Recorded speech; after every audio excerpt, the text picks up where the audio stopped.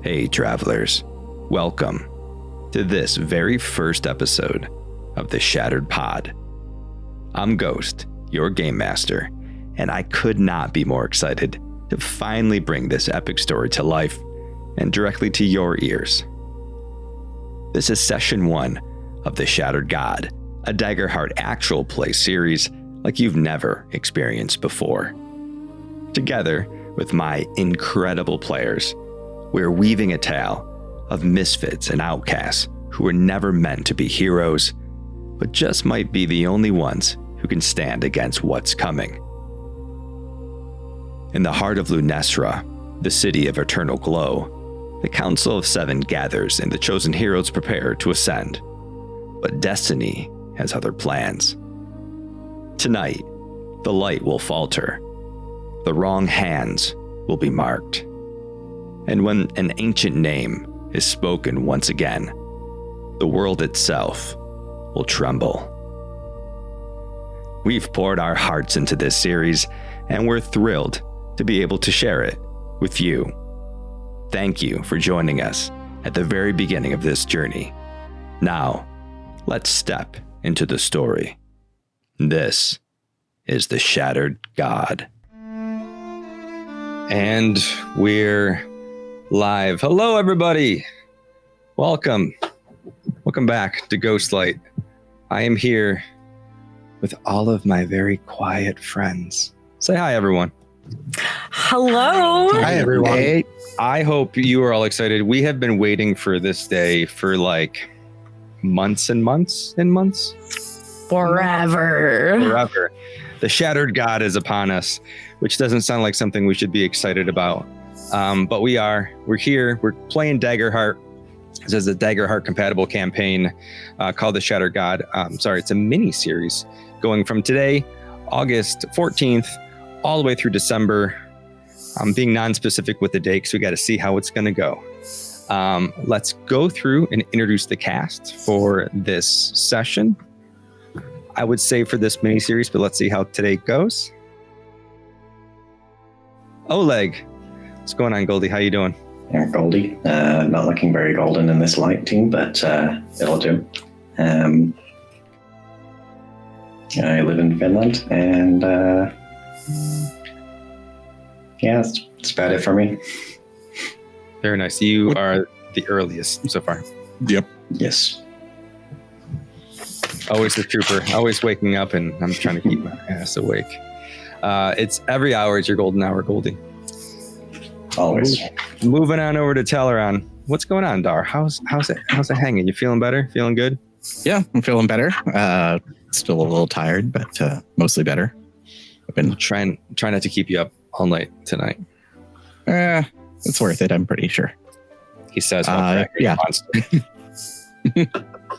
I'm Teleron. You can also find me as All Six Sides, where I do we'll be doing some board game and TTRPG streaming and things like that. And on my Teleron channel, I'll occasionally play some video games. Lately, we've been playing Peak, which has been pretty fun. Nice. Very nice. Let's go over to Mac the Axe. Throg, how's it going? I'm good. I am Mac the Axe. I am playing Throg.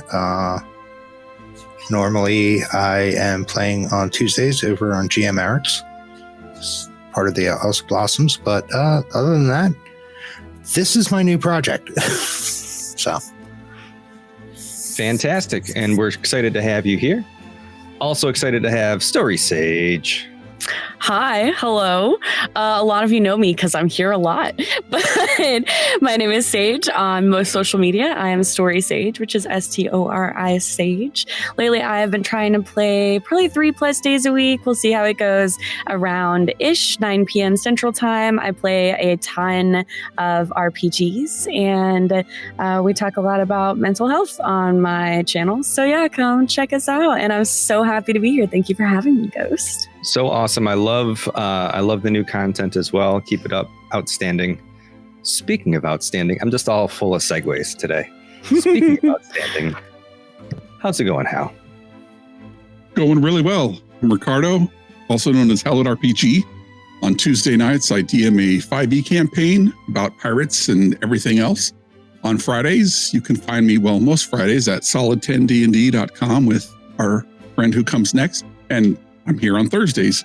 I also do some content creation. So if you're into battle maps and encounters and miniseries and one-shots and everything like that, you get most of that stuff free on my Patreon at Hallowed RPG.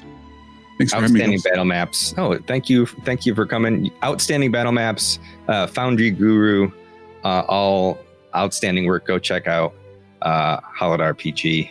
And last but not least, Blue Phoenix RPGs. How's it going, Phoenix? Hi. It's going fairly well. I'm Jen. On Twitch, I am Blue Phoenix RPGs. People either call me Blue or Phoenix, depending on what chat room you're in. But yeah, I do RPGs, obviously. It's in the name. I've kind of gotten a little sidetracked with Date Everything a little bit from my, from the normal gameplay. But I'm sure I'll get back to the others eventually. We're going to be doing some D&D 2024 starting August 25th is going to be whenever I'm starting with just like my 2 players that are already players. And then we're going to play a couple sessions. And then one-shots are going to start next month to help fill up my people for my players. But yeah. So exciting. You have a few of your players here, right? I do have a couple of my guests right here on your screen. Cannot wait. It's going to be so much fun. Hey, you know what else is going to be so much fun? The Shattered God. That was a bad one. That was a bad transition. It probably won't be so much fun. Hey, I'm going to go ahead and try to figure out what's going on with my face. Let's go ahead and run the intro. What do you think? Let's go. Here we go.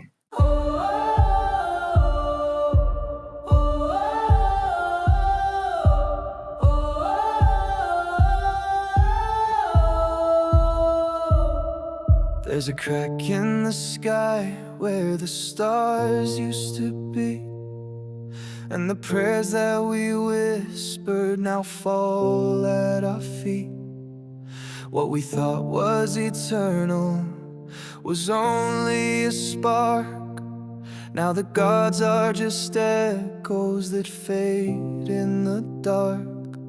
But I still hear a voice like a fire in the rain, saying, go on, remember, don't let this be in vain. We were born from the ashes, we rise from the pain, carving names into silence, rewriting the flame. If the heavens are breaking, then we'll stand where they fell. We are more than their echoes. We are the story we tell.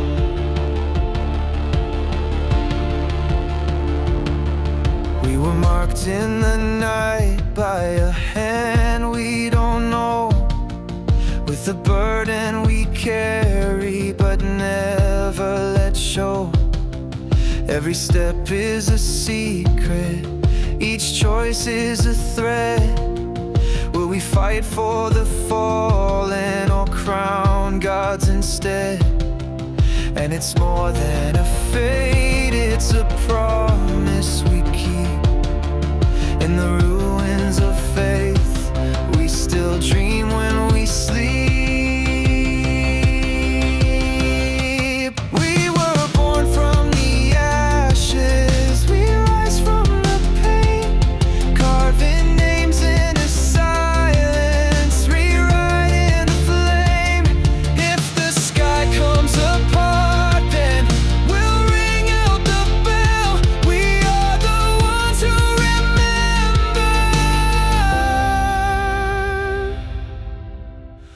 where the light once fell.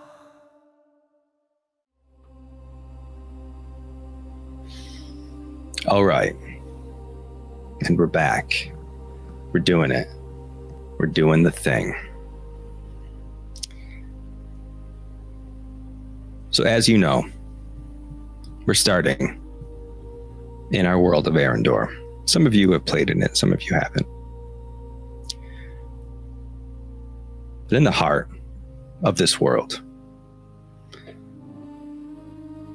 the realm of gods and mortals weave together in a fragile balance.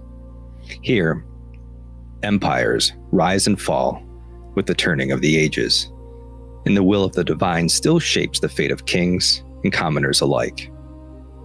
At the center of this vast land lies Vel Drannon, our main continent.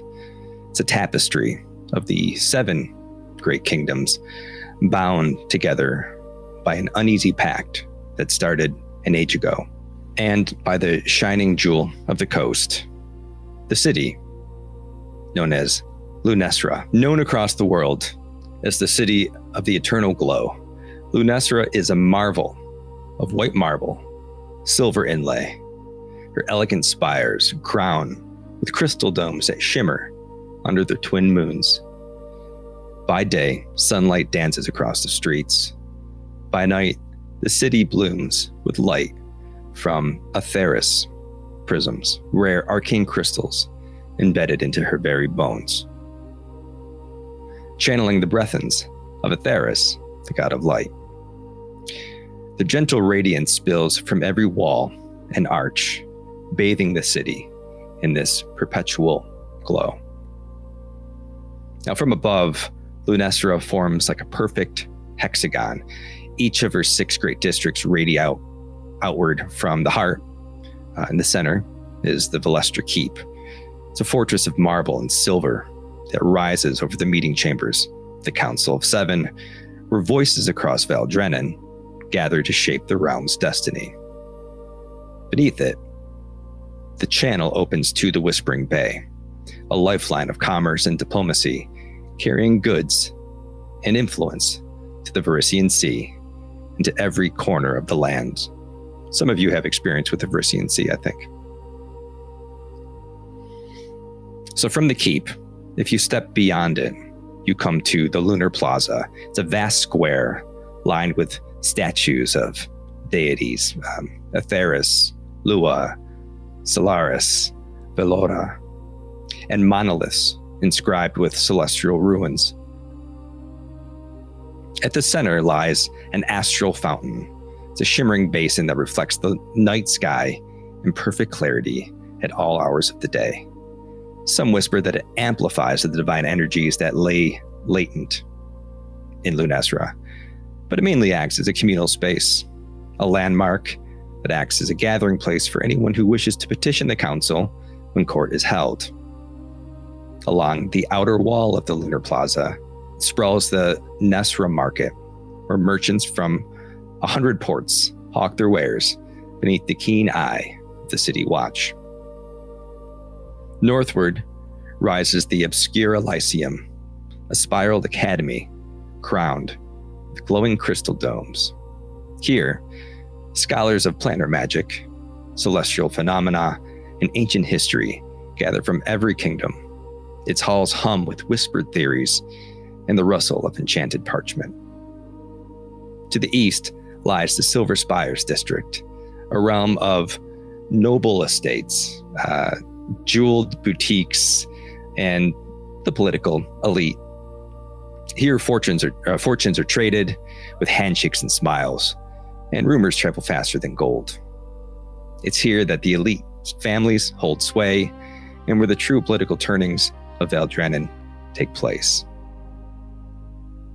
Beyond all of that lies the Eclipse Market, which roars with life, a sprawling bazaar of silks and spice that mingle the scent of arcane regions.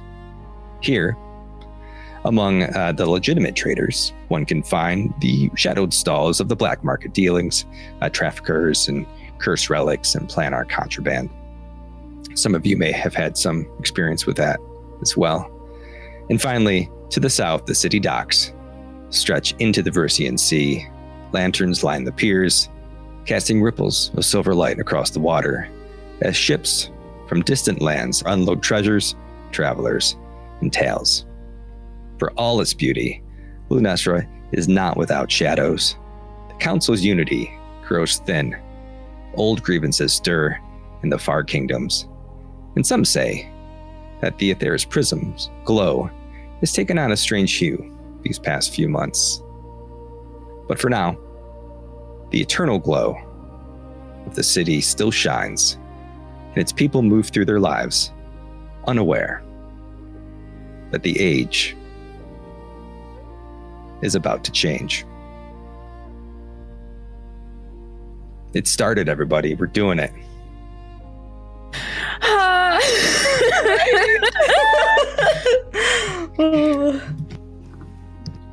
So, we're going to take the spotlight. We rolled in advance to see who's going to go first. We're not starting in a tavern. It's new territory for me. Hal, you're up first. Hal, Hallam, sorry, not you. Your character lives in Lunessra. You have a job here. You have responsibilities. Today is just like any other day. You're on your way into the chamber. The heavy oak door to the Ragos chamber closes behind you, muting the distant murmur of the council's outer halls. Sunlight spills through the tall arch windows, catching the fur-lined cloak of Mari Bloodpelt, the representative to the Beastkin tribes. His broad shoulders are slumped. Not in defeat, but in the weight of his own thoughts and anxieties. They seem like they're too heavy to be burdened with alone. You don't believe that he heard you walk in as you approach. Hell, if you would, introduce your character, give us a quick description, and then tell us what you see as you enter this office. Alm Lion is a male Tari. He's got dark fur, almost like a panther. He's tall and lithe. His twitch muscles stand out, but in this fine robe provided by his family that he wears because he's a minor noble serving other non-minor nobles, he's carrying a large stack of books that he goes about from day to day, daydreaming of last night or even weeks past, the tall steeples in the city that sometimes he finds himself on. And as he's looking around the books and not really paying attention, he walks into this chamber and there's a large desk and it smells like old leather here, leather and brittle parchment. And it's extremely clean because nobody really ever uses it for anything other than reading. And the individual is standing before a large bookshelf, looking at what volume he needs to pull for whatever happens in the chamber today. And you see Hal walk in, daydreaming, and kind of bump into this person. The room is pretty large, but square, 20 by 30, books on each side, a nice desk polished of maple, a high-backed chair made of wood and iron that has some upholstery that's almost emerald green like Hallam's eyes. Oh, excuse me. I'm sorry, my lord. Where would you like these books to be placed? And as you bump, Maria suddenly aware of your presence, sort of like he's snapped back into reality. You see he's fumbling through some of those papers. He has small little spectacles that kind of hang at the end of his nose. His big, he's a Qatari as well, but he's more of a lion than anything else. Big mane, small itty bitty glasses that sit at the end of the nose. And he's looking through these papers and he says, yes, of course. What time is it? I didn't expect you here so soon. How was your day going? Did you break your fast? Honestly, I'm hoping to get out of here a little bit early so I can avoid the family at dinner. But I will be here as long as you need me. So I arrived kind of early. I have yet to get any sleep. So here I am. Yes, well, with that, there's, we have court today, right? We're listening to petitioners for a very long time there. Seem very frustrated, as in months past. I don't know what to do. We've had petitioners come from Regos, from all around the region, telling us of all of these issues. It's always the same, and we can offer no solace. And then there's, do you recall the visit I got from that Qatari warrior from Regos a few months back? I forget her name. It was Thunder, Rain, something of that sort. Honestly, my lord, I don't remember very much. And I'm here, the day kind of drags on. Well, this one came bearing news. She had been assigned security for a courier bringing me word. And unfortunately, the caravan was wiped out. But bound by her duty, she brought me word that there is a coup rising, a rebellion back in Regos. I fear that these whispers may mean the end of our time here, but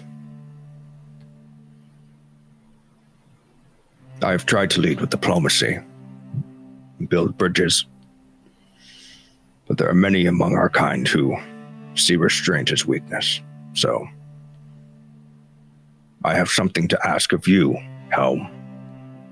We need to curry favor amongst those allies, if any, that we have here. So I need you to speak with the other viziers, the courtiers, the staff in general. Find out what you can and what we can do to solidify our place here. Talk to anyone who carries weight.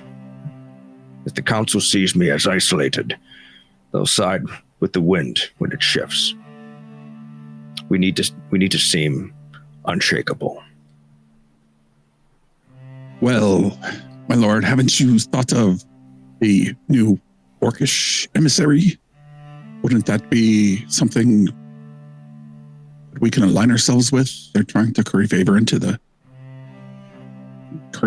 all these big words you use. They're trying to make their way into the council, right? We can leverage them, and should things go south in Regos, perhaps we can leverage them again. An orcish emissary, you say? I don't know if this is the time. Do me a favor. Give me a presence check. All right. Presence +1. That is First roll. a 15 with hope.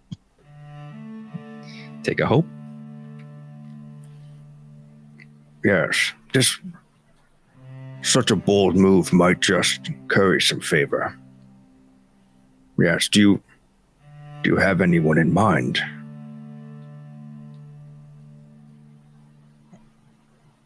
I sort of know the guard or his second. I don't know what. I mean, to be honest with you, I don't pay attention to titles or otherwise. I just tell you, do what you tell me to do. Yes, well, hear me now. Look into this person. Maybe find out their title.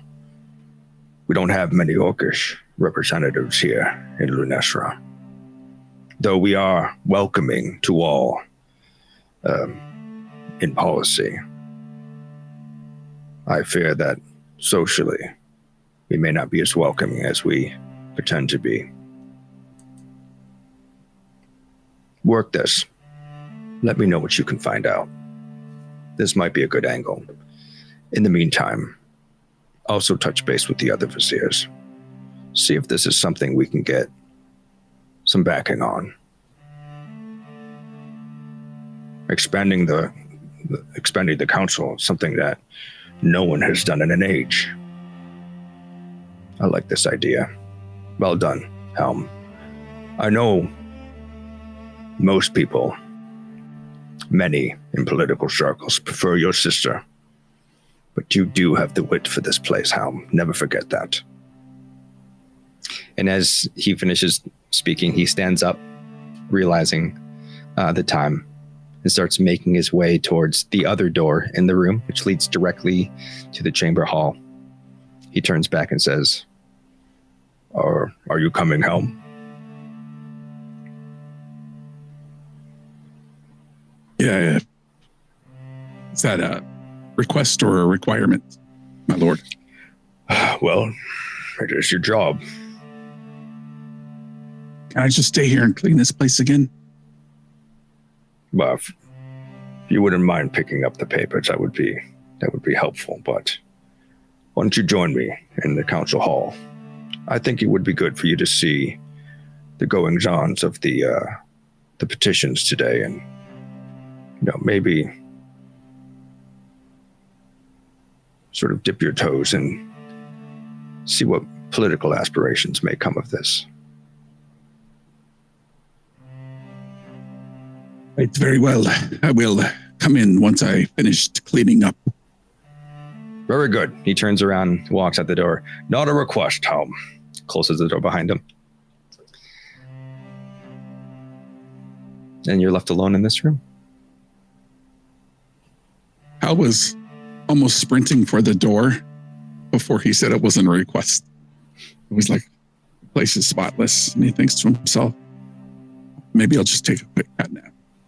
He sits on the bolster chair and puts his feet up for a moment and just rests his eyes. Cat nap. Good job. All right. Helm's taking a little nap. We'll take this opportunity to move our spotlight over to Throg. Mac, would you care to introduce yourself, which you already did? How about your character? Tell us a little bit about him. Throg is completely, if you ever saw a person who was completely comfortable but yet uncomfortable in his space, he is a large half-orc, and he gave into some conventions. I mean, he was born on the wilds and, roaming the plains and stuff like that, and had a lot of traditions as far as like braids and hair and the braids and stuff like that. He adopted some of those styles where his black hair is now very cropped short, almost militaristic for humans, imitating the other human guards. His blue-gray skin, it's clean.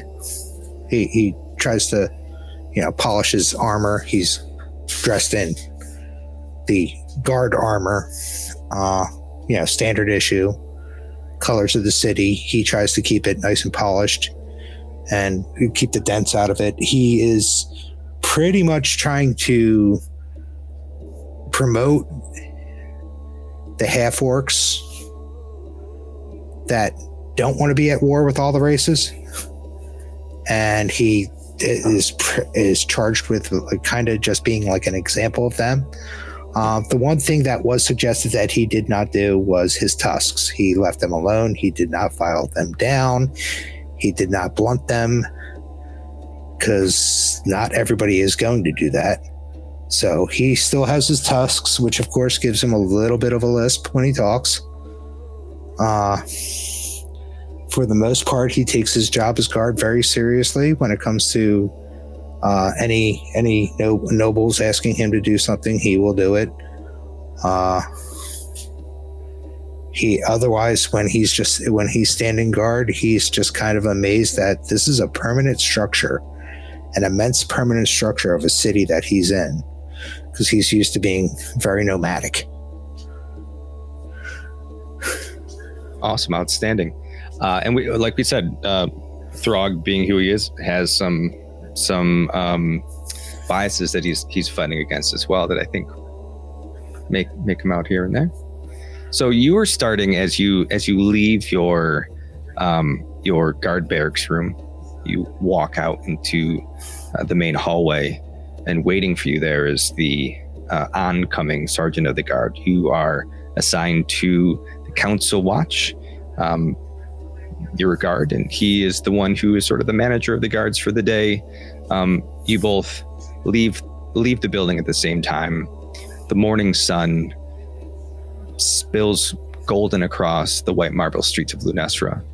Your boots strike steadily beside one another.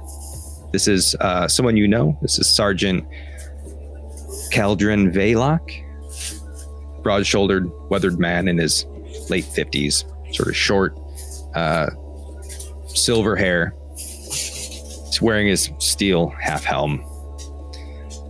You can notice, well, you know that he's missing a pair of fingers on his left hand. His tabard is perfectly kept.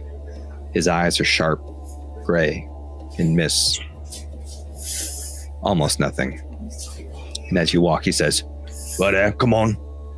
We're running late. Go to get that quick." All right. What are we doing today? It's the same thing we do every day, Drog. We call it the council. Plain and simple. You should know that by now. How long have you been here for? Well, I was kind of hoping they'd at least give us the other side so we don't get the sunlight in our eyes in the morning. No, it's strict orders. You're good to stay on the beastkin side. You understand? That checks out. You know, not everyone is as comfortable with you here as I am, Drog. It's best you stay on that side for now. Maybe in time when they're a little more comfortable with you. I'll shrug and nod, like he always does. So the two of you march through the heart of the city towards these towering gates of the council hall. You're coming through the lunar plaza, but to the side, you see the crest of the watch shining on your breastplate for all to see.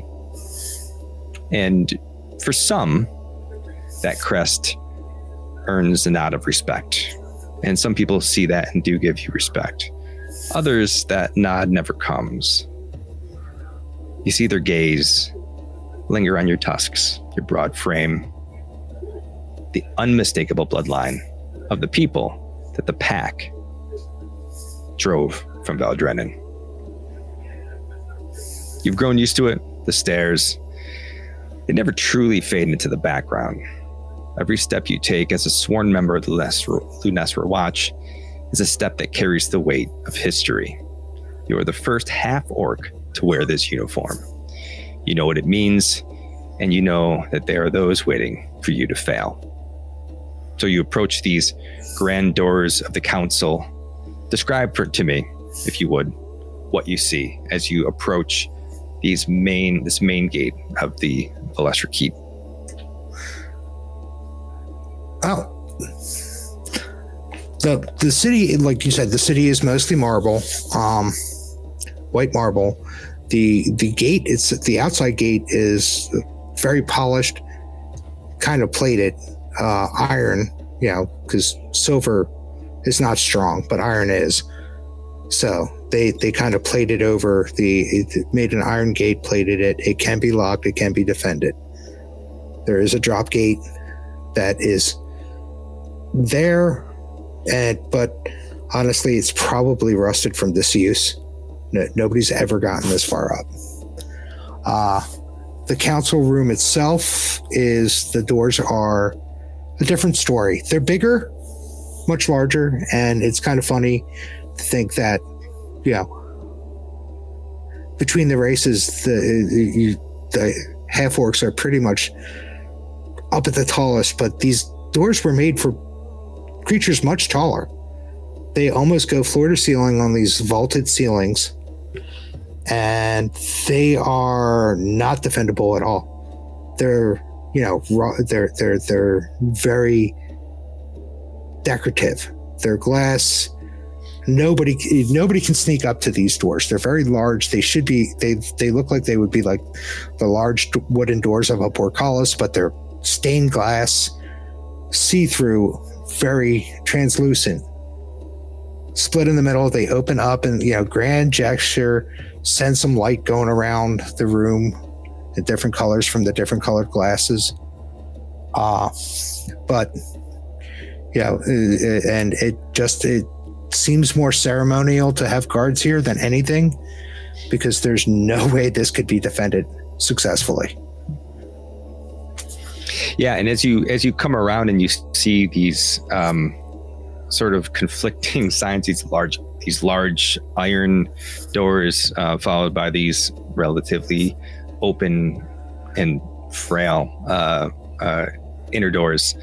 You go through this lunar plaza, you see this astral fountain, and you see that there are petitioners already starting to cluster.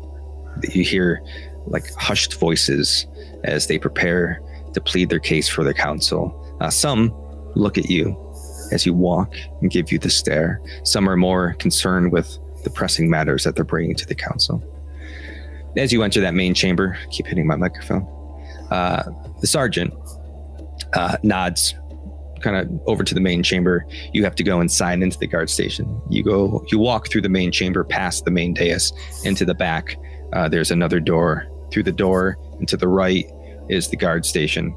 Sergeant of the guard takes up his position in that station, opens the ledger for you to sign, and says, "Right here, Drog. Signed by the Regos. Looks like your partner hasn't signed in yet for the day, so I think Fallen Star's still over there. Anyway, off with you then." All right. He'll sign in, and then he'll go over to where Fallen Star is. Well, you'd ever leave, If only it was that easy. No, you're the one that you were leaving left a while ago. You are right on time. The one that I await is not. So, how goes it today, Trog? Any problems? This is, this particular guard. He is a knight of the order, a knight of Lua. It's an order that is beginning to pick up some steam here in Lunessra. They are trying to win some favor with the political class here. So they've done the thing that they think would win them the most favor, which is just take guard shifts. So they're a group, like a military group, very, very, very small, more like a team. And how they contribute is they take guard shifts for the council watch. But they take one shift and they just swap it out because there's so few of them. This is an angelic looking Atheris race, formerly maybe Asimar, maybe, if you want to go that far. Very, very clean cut, very put together, fantastic posture, just as you would picture a warrior angel. This is the epitome. And he stands motionless as he talks to you, looking straight forward, occasionally kind of nodding his head. Did you see Oleg by chance on your way in? I did not, but there was a lot of petitioners in that around the fountain. He could have been lost in that throng anywhere. You wouldn't miss Oleg, trust me. You've met him, right? Little simian-looking fellow, black fur. As I said, there was a lot of petitioners by the fountain, and a lot of people shorter than me. Okay. I mean, the wings would stick out, and I didn't see anybody except out by the Iron Gate. Well, he does hide them, but it's fine. I'm sure he'll be here any minute now. And he waits, and he just continues to look out. And then two figures sort of catch his eye, and he says, you know what? Maybe I'll just make my way to the sergeant's desk and sign out. If The commander and the quartermaster ask. I just stepped away. And Oleg will be right here. Can you do that for me? Of course. Okay, fantastic. And he'll move over to the other side and just kind of imitate that posture as best as he can. Okay. And as he turns to leave, he just says, "Do your best not to get in the middle of whatever's going to happen, okay?" He raises an eyebrow but doesn't say anything. And he walks through the door. Oleg. The city blurs past in streaks of silver lantern light. Pale morning sun as you hurry towards the council hall. Late. Again. The gleaming crest of the Knights of Lua on your tabard draws more than a few stares. You're still relatively new here. Not everyone is very familiar with what it is you do. But some of those stares aren't necessarily kind. And you have felt sort of this growing sense of animosity towards those who may be identified as an outsider or not looking like the people who live in Lunessra normally.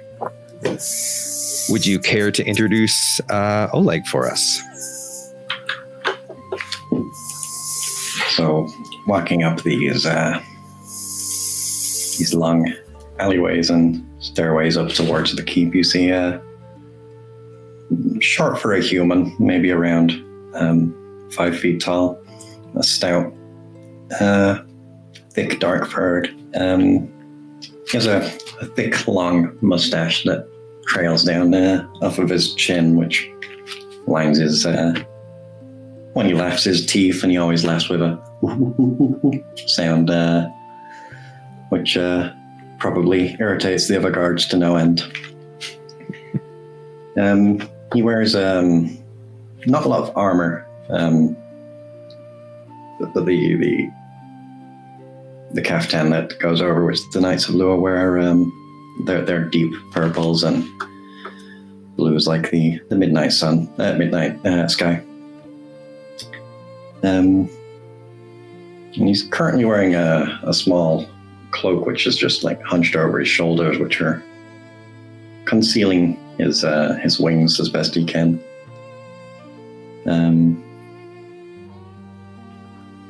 I assume in that hurry he's consistently being distracted by whatever seems interesting as he moves on up towards his duty. Squirrel.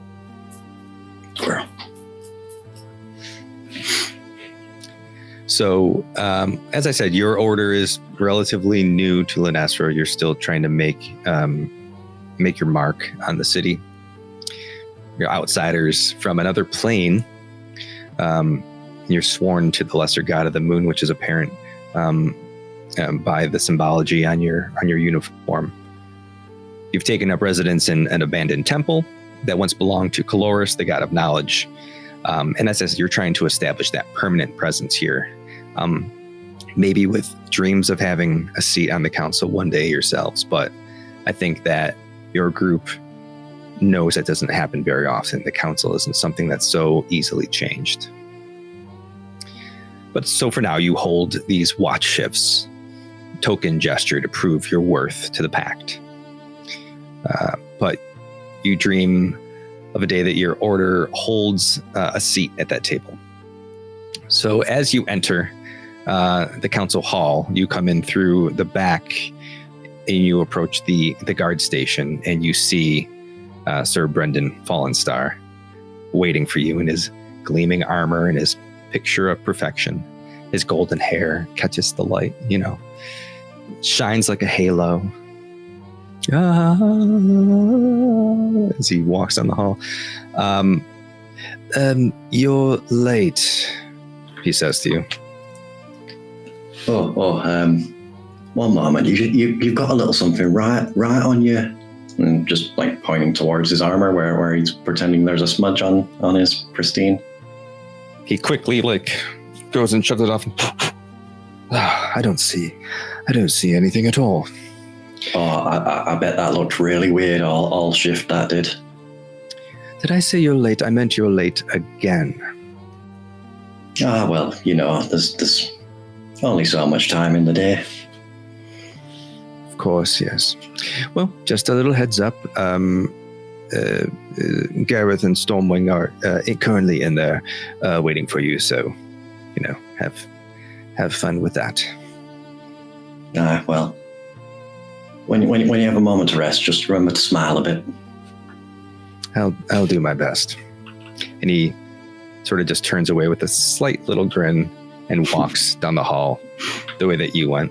So as you open the doors and walk towards what your guard station would be, the Rego side, where you notice your duty partner for the day, Throg, standing at attention, doing his best to appear just like Fallen Star was.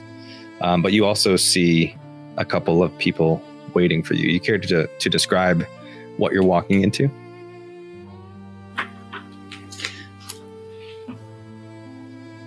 Oleg is presumably walking towards the Knight Commander and the Quartermaster for the Knights of Lua. The Knight Commander, Ira Stormwing, is a very tall Aarakocra looking creature.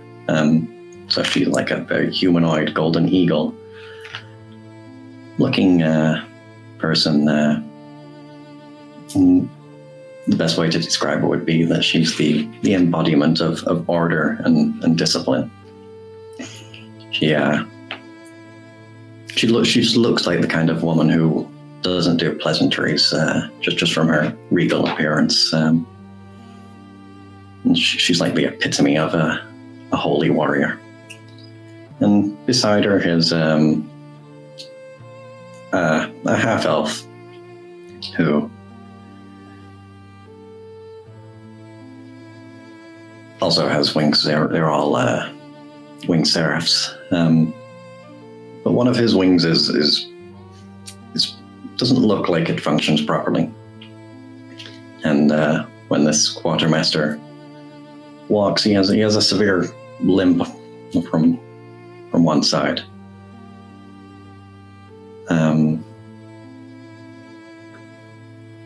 He appears more warm-hearted than Ira does, but he, I assume in this situation, looks a little more serious. So as you approach this group standing before Throg, waiting for you, Sareth, the Quartermaster, is the first to sort of clock you as you come in. And as he turns and looks at you, he gives you this look like, and then he says, "Hey, Commander." And then very regally, Commander Stormwing turns, Knight Commander Stormwing, and says, Oleg. Commander? You are late. No, it's right on time, I swear. No, you see, this half-orc was right on time. You, Oleg, are late. Again. Well, you see, there was this thing that happened on the way. I'll tell you later. Yes, there's always a thing that happens on the way, isn't there? Sergeant. Always. She turns her beak to the side and calls for the sergeant of the guard. And he comes walking up. Yes, Knight Commander. Sergeant, you have my deepest apologies for the conduct of our brother Knight. You have my word that it will not happen again, she says, staring at you. In fact, as penance for his transgressions, Oleg here would like to make it up to you by taking the next shift as well. Silence. Sergeant just kind of nods, sort of confused. He's not used to this level of not discipline, but disciplining soldiers for being late. I think he feels this is a little bit kind of harsh. He just kind of nods and turns and walks away. And then Stormwing looks at the quartermaster and says, "We are done here." And she turns and walks away as well. Now, Sareth is still standing there looking at you. What did you say it was this time? Honestly, it was a butterfly.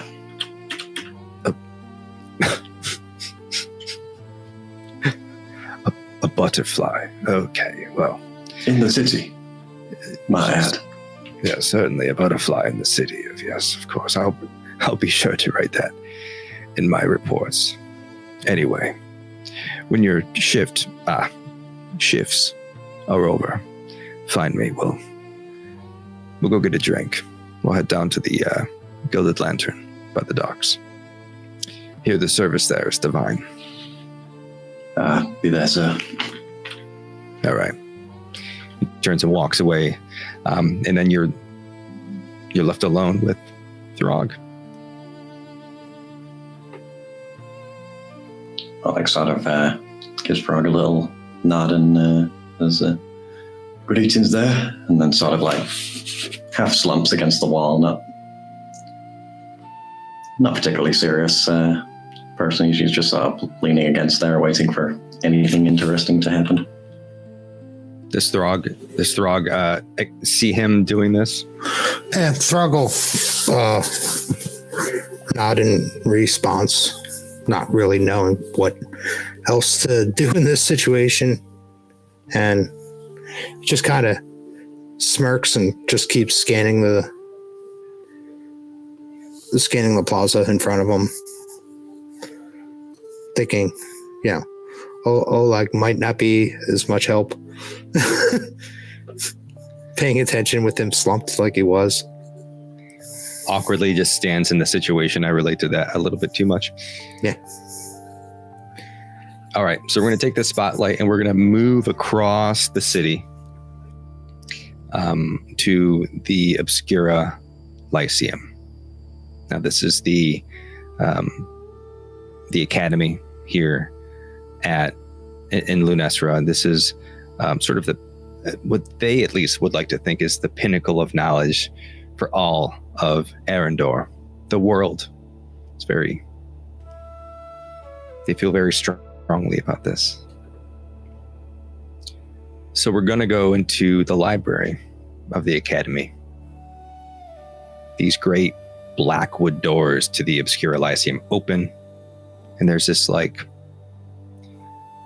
low resonant hum. As you walk through, you see these carved runes flare faintly as Echo steps inside. Phoenix, would you care to introduce your character? Sure. Echo Lightsprout is fairy. He has tri-wings, so it's beautiful. They're blue. He's wearing, leaves and leather as his clothes. But yeah, he's not too tall. He's kind of shortish, but spiky hair. But yeah, that's Echo. He's walking through. I didn't know if you were going to explain something else that I see or not. No, I'm going to ask you as you enter this library that is so, I would even go as far as say famous, well-known, well-renowned library of arcane knowledge. What do you see as you enter these front doors, these great blackwood doors? Well, the black wooden doors seem to be perfectly closed, like it's airtight somehow, magically. Maybe have to make sure the books, not too much outside air, moisture, not too great for books. So they got to make sure it's perfectly sealed, magic and all. There's the smell of books. You walk around and you see tables and books sprawled out and different people searching through some things. There's always people standing there watching everybody handle the books. There are certain sections that you can't go in alone at all.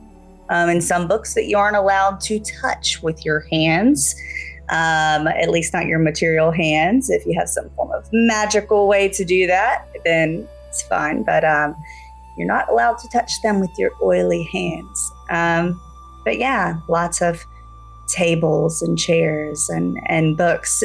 Everything is very neat except for where people are actively like looking through books and have books stacked. All the books are lined up perfectly. You know how like I'm a little bit of a perfectionist. So like all of the books are perfectly lined up. Doesn't make sense, but it happens. You can see the staff walking through the stacks and making sure everything is aligned to perfection. So as you enter this space and you walk up to a main desk of some sort, what do you encounter? Who do you encounter? Well, probably halfling, human. Well, someone that's the same height as me. So we'll go with like a short human. and we're eye to eye. They're kind of focused on what they're doing. She has brown hair to here. And has these glasses and she's just humming to herself, kind of to the rhythm of the hum. It's almost like she's kind of like creating her own music as she's sitting there flipping through some records of some sort. So as go ahead. No, I was going to say, as you approach this, you said short human? Yeah. Short human. She's paging through. She's like,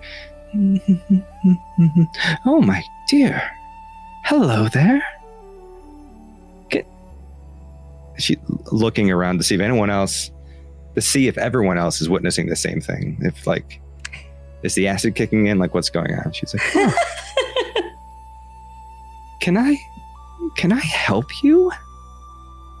Yes, I would like to try to find some books. Yes, I need books. I need lots of books about like magic and, you know, like when things happen and there's lots of stuff going on and yeah, just changes in magic and, you know, like what can change it, you know. Are you a fairy? Why, yes, I am. See the wings? And he'll fly up in the air. Oh my, I have only ever read of you in books. Huh. Oh, yes, I know. Most of them that I've encountered are kind of wrong. You know, but Oh, do tell. It's fine. I could help you update them at some point once I'm done, you know, with my research. No, I don't. I just I keep the books. I don't write. I read the books. I don't write the books. This is so exciting. Okay. How can I help you? I'm sorry. You need books. Yes, I am Echo. Oh my goodness. What is your name?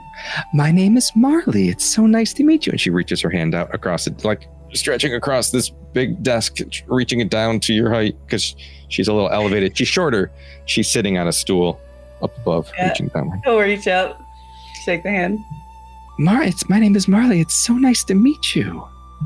It's nice to meet you too. But yes, so magics about I need books, sorry, about magics of all sorts and kinds that like change things, you know.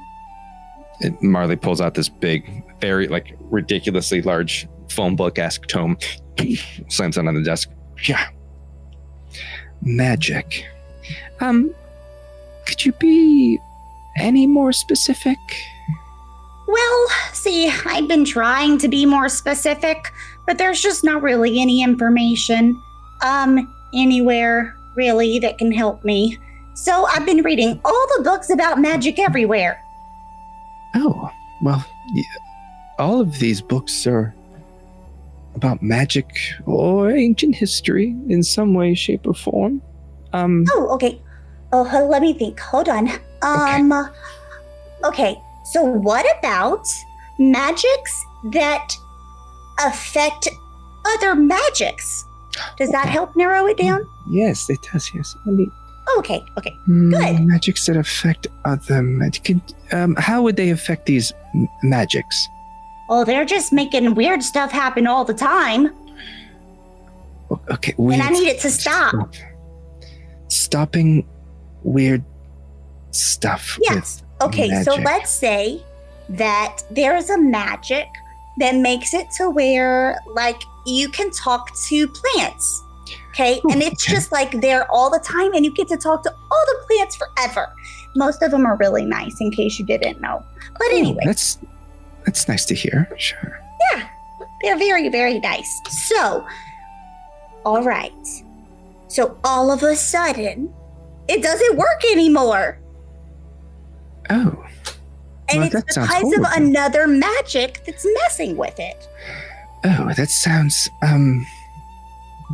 powerful, actually. I know, and very dangerous, because there could be lots of magics that are important, like the magics that keep those doors from like being perfectly sealed. If it just stopped, all the books would be ruined. Oh, my dear, that's just good carpentry. Yes. Oh. Yes, it's very good. We do not have we a pride lot of ourselves that in a lot of places. pride ourselves on precision around here. I may have something that can help you. What class is this for? Oh, well, it's not really a class. But I made some friends with, like a couple of professors, and they said that I could come in here. Oh, okay. And you're not a student then? No, I'm not a student. I am a friend of knowledge. Okay. For the magics. Why don't we give me a presence check? Okay. To see if your friend being a friend of knowledge is going to get you this book. Okay. Oh no! Okay, hold on. That's a -1. So Hey, 12 with fear. A 12 with fear. My fear disappeared. Yes, your fear. Now we'll figure it out. So I have. Okay. Okay. Friends of the professor. Sure. I'll tell you what. I do have a book that might be of interest to you. Can you wait here for one moment? Oh yeah, of course. Yeah. She hops down. Kind of like bounces a little bit.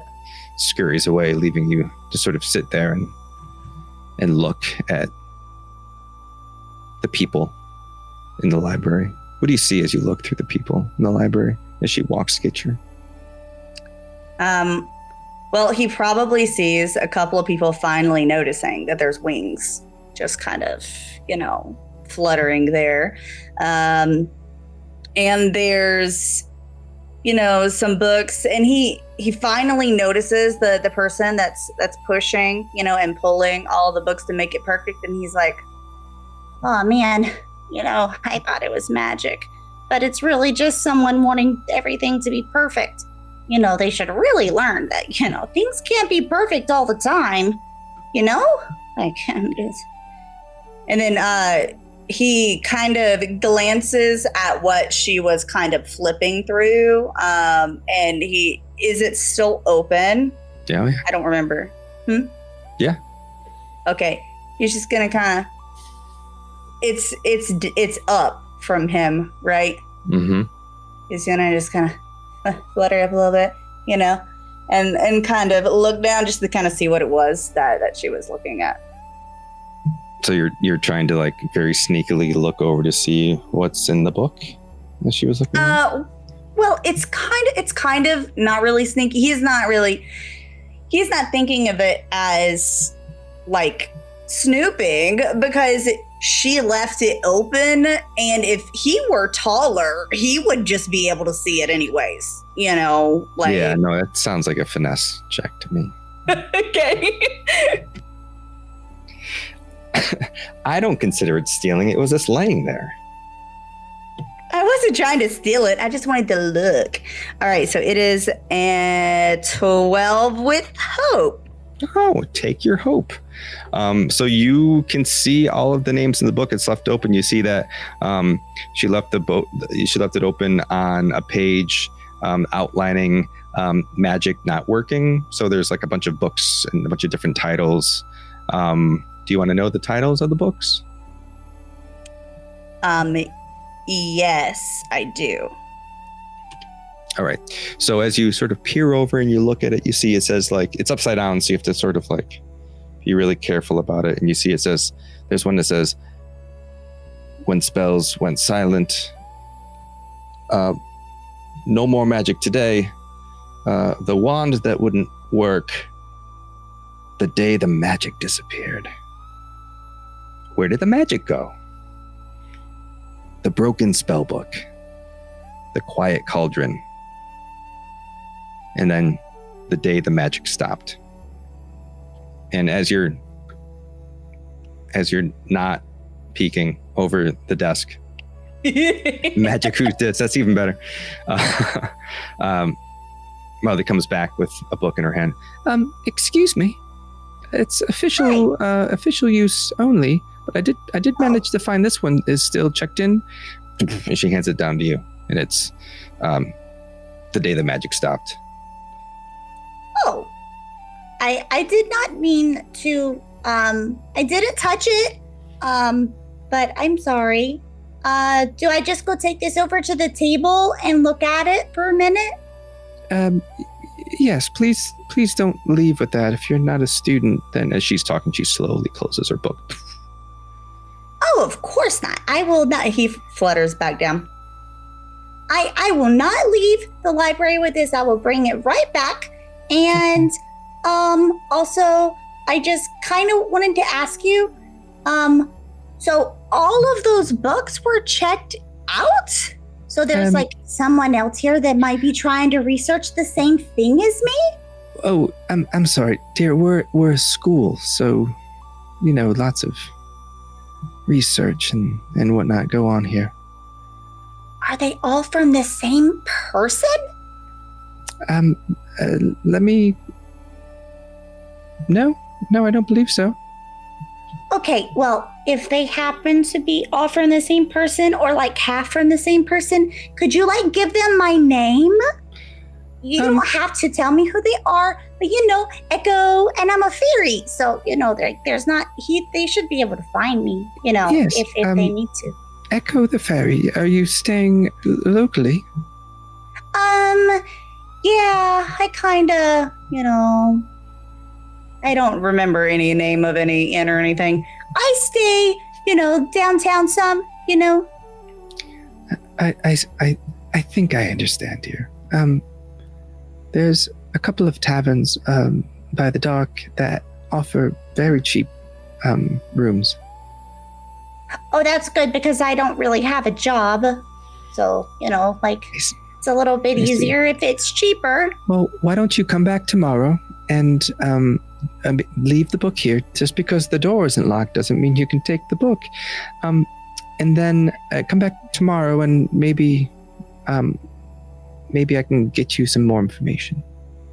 Okay, but I can still read this book right now, right? I don't have to give it back right now? Yes, here in the library, yes.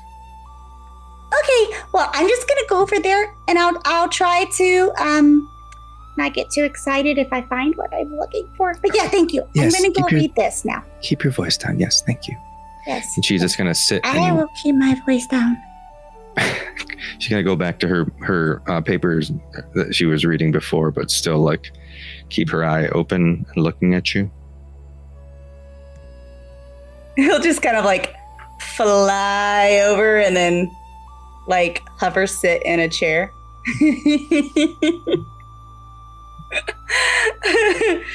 Just to see if she notices. then he'll read. So as you sit to read this book, you notice that this is a work of fiction that she gave you. It's a story about what would happen if all the magic ceased to exist. And as you read it, we move the spotlight outside of the Obscure Lyceum, where two of our friends are waiting just outside of the college. They opted not to go inside. So there's the college itself, the Obscure Lyceum, is a walled-off structure, almost like a fortress, very uninviting to those people who aren't students there. And then inside those outer walls is the library. So outside of all of that, the Obscure Lyceum, its door faces into the Lunessra market. So just outside the door, you have our two friends. Let's start with Dar. You'd like to introduce your character? All right. So Dar is essentially a living scarecrow. They always have like a hood pulled up. They have like old ratty robes that have been repaired over years. A lot of different colored fabrics stitch on to repair it. And some are extremely old as well. Some are brand new, at least, yeah. Well, somewhat new. They have like a burlap face, like the usual scarecrows, but their eyes are glowing and kind of flashing, almost like, lightning kind of somewhere in their head is making their eyes glow. And say they probably be off, not trying to be out in the open, off to the side and hood pulled up as much as they can.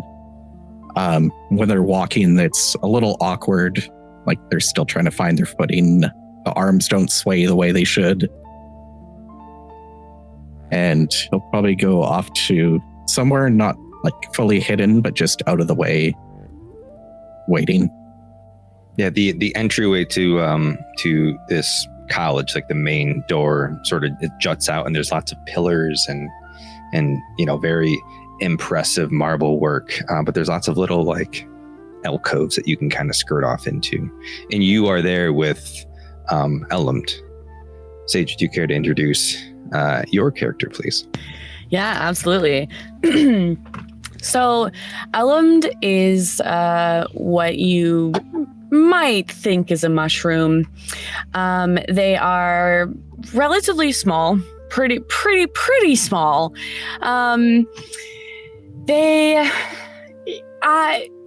Just imagine, a mushroom, but like kind of a marshmallow, just a little bit like discolored of a yellow.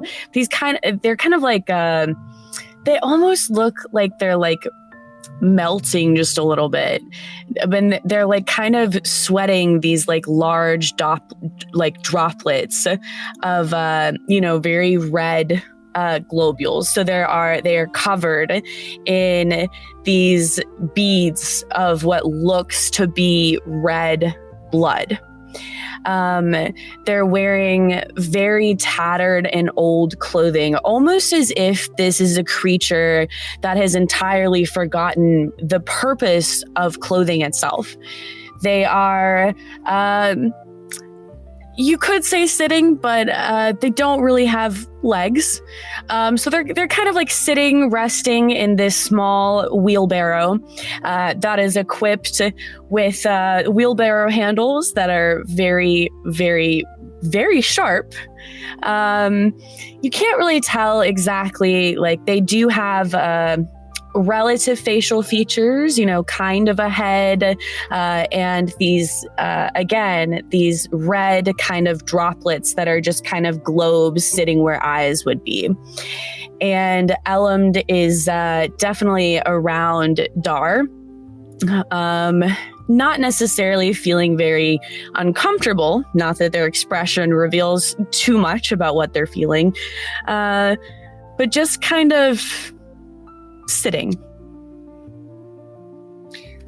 And as the two of you are standing and sitting together out in this market, describe for me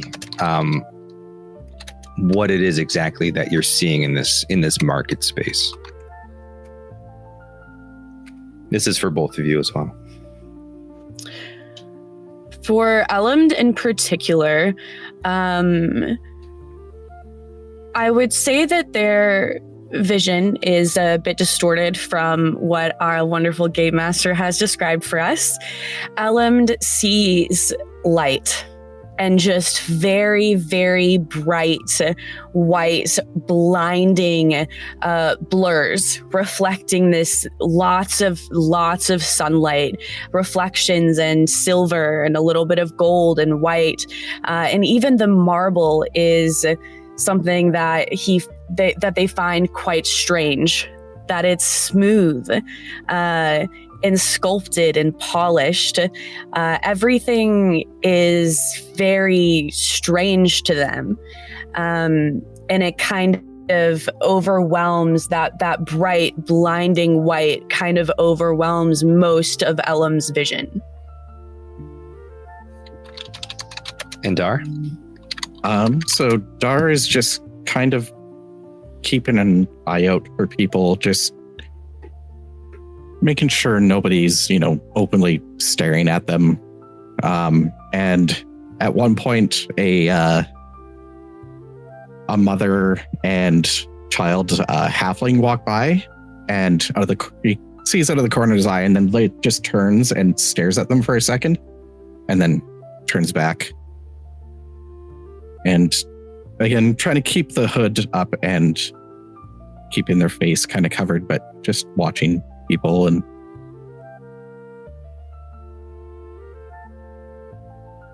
so as you stand there just beyond like the steps of the Lyceum, you see all of these people moving through the market. Some whisper and hurry past, others stare openly. Again, you see a few children pointing, tugging their parents along. Every now and then, like a brave soul will stare just a little bit too long, try to get a sense of what's going on. And then, without warning, she appears. Dar, you feel a tug on your cloak. And as you look down, you see a tiny halfling, curly-haired girl, maybe 7,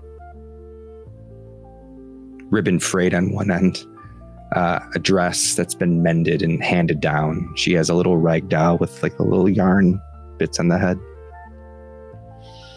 She plants herself in front of you, sort of between you as she's tugging on Dar's cloak, and her head's tilted, and she says, "Are you statues?" no. Are you alive? Look down and touch their chest. I think so. Can you eat? What is that? Do you sleep? Why is your face like that?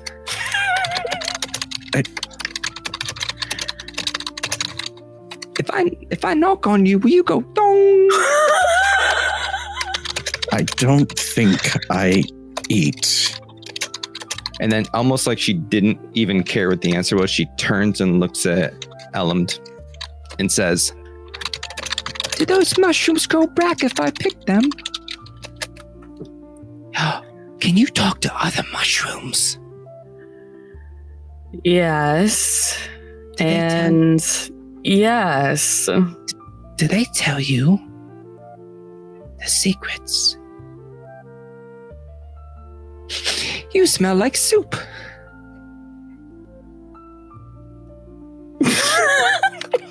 Dara will lean over and try to sniff. Yeah, they smell like soup.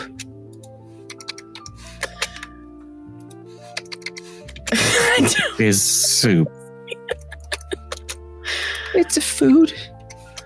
We don't get much. I'm here with my mom, and she says that we were gonna get some meat and maybe some vegetables, but all we can afford are potatoes. I hate potatoes. Do you like potatoes? What? I have never eaten.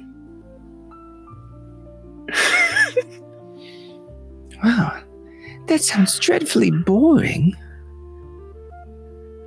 You've never even had a pie before?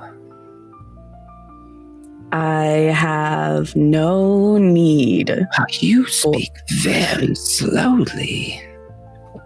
Doesn't she speak slowly? And she looks at Dar. I haven't noticed. Oh, I did. Dreadfully slow. What are you doing here? Are you here with your mom too?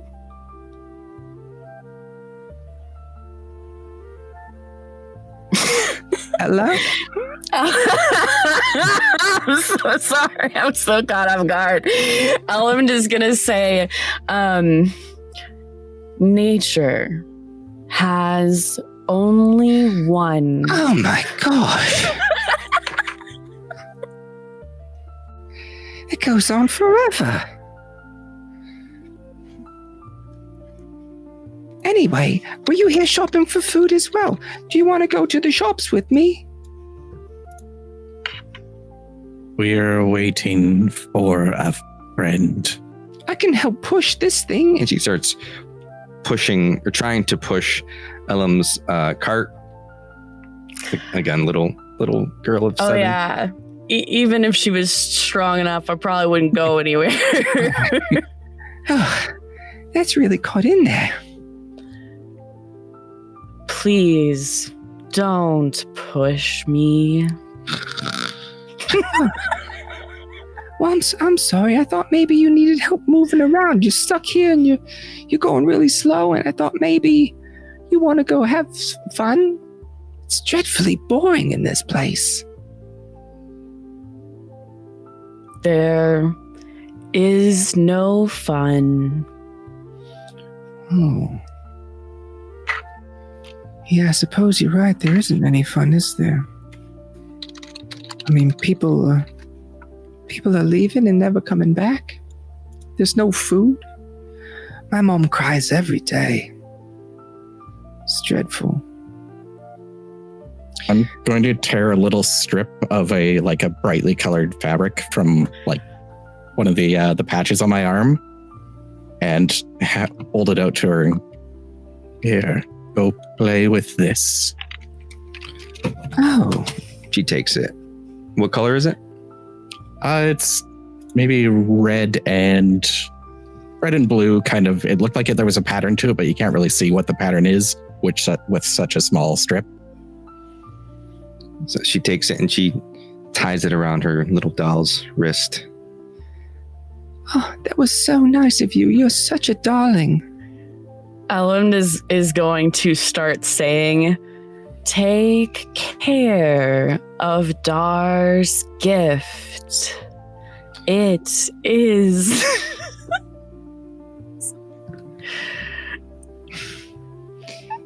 Yes?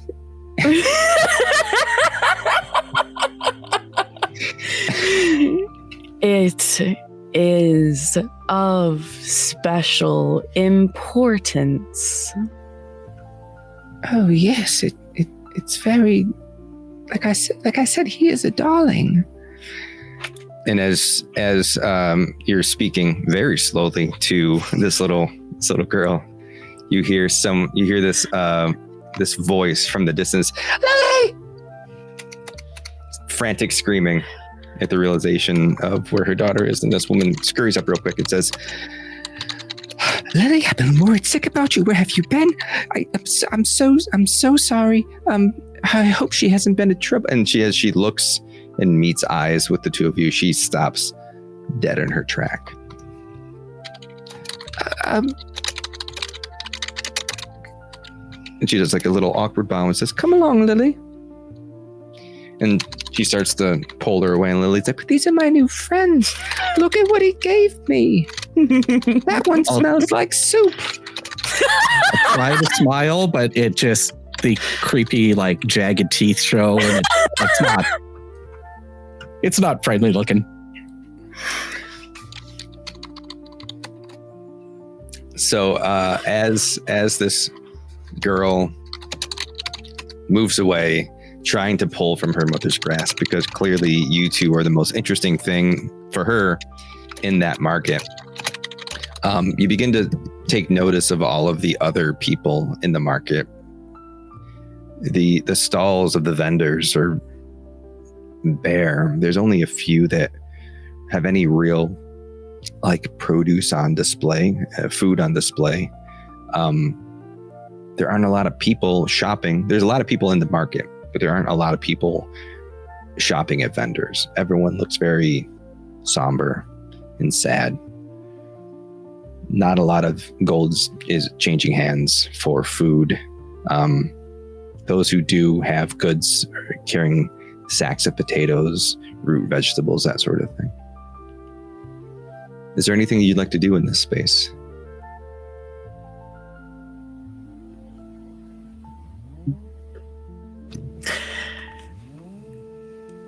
Elland, definitely not. Yeah, that probably just gonna wait, and not even sure how long we're supposed to wait for, or what what exactly is going on in the building. But as luck would have it, after this occurrence has happened with the small girl, Echo pushes through the large doors and exits the Lyceum to meet up with the two of you. She catches the end of what just transpired, of the little girl pulling away and her mom looking frightened and you two looking kind of bewildered. Maybe Elland is still mid-sentence. I don't know how long that for. But you see this small fairy exit out the doors and meet up with you. Hello. Moss. Oh, hi. Are we ready to go? Have you uncovered anything of importance? No. Almost all the books were checked out, and the only one they gave me was fake. Well, I mean, the book wasn't fake, but like the story that was in the book was fake. So, like it didn't help at all. This bright library is not of use to us. And you notice Echo like waits an extra second just to make sure that Ellen's done. Oh, yeah. I mean, well, it could be useful. I told the lady that if anybody that had checked out a bunch of books that were what we were looking for, that they would come find Echo the Fairy, which will be really easy because no one sees fairies, because.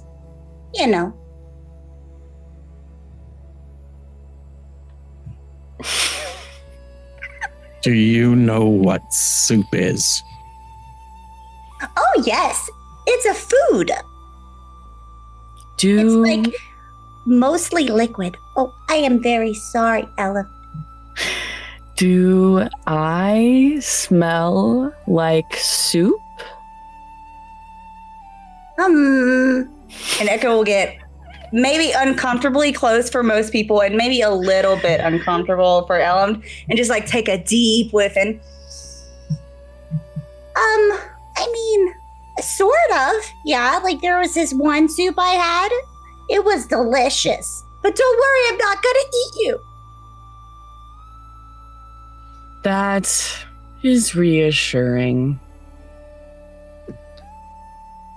As you're carrying on, you hear from a nearby vendor. Hey there, you fairy. Hey, Oh, how's that a tea? come here. Okay. And then he'll come over. You see this sort of it's a human, kind of scraggly looking, soot on his face, worn clothes, sitting in this kiosk. Very small amounts of vegetables in his on his table, and he says, Do you have any money in your fairy wings there? Do I have money in my fairy wings? Oh, I don't. Where the fairies put their money? I don't. Wherever in your leaves or whatnot. I mean, I do have some money. Why? Well, I assume that fairies and their, I want to say mushroom friends, and I imagine some of y'all must have to eat some food at some point. Yeah. Well, I mean, neither one of them do. They don't eat food. Oh, how do you eat food then? I do eat food. Yes, I do, and I'll eat soup. So I don't have any soup. I mean, but how do you feel about? he reaches into his satchel and he pulls out A potato. Oh, Yeah, it's a big potato. Is it a big potato? It's a big potato. I mean, it's a larger potato. It's not like a big potato, but it's a potato. Oh. Comparatively Ah. speaking, you're a little small. And he's like, this was brought in from Zaharath. This was brought in. It's no corruption at all. Do you want the potato? Oh, there's no corruption. There is. Wait, where is there corruption? Was there corruption at your other potato places? Well, yeah, it's all of these stalls are barren because no one can grow nuts in these days. Everything, the land is corrupt, is cursed or something. I don't know. That's why everyone's going to Oh. all these people are going to the keep to petition the council. Violence, criminals, seedy characters trying to raise prices on very basic goods. You gotta watch out for those people in this market. You never know. Oh yeah, Yeah. definitely. But what It's not nice to do that to people, you know. yeah. If you don't want a potato, what do you want? Yeah, I mean, what are you after? Oh, I was reading books. Oh. That's yeah. Oops. I've been doing a lot of research lately.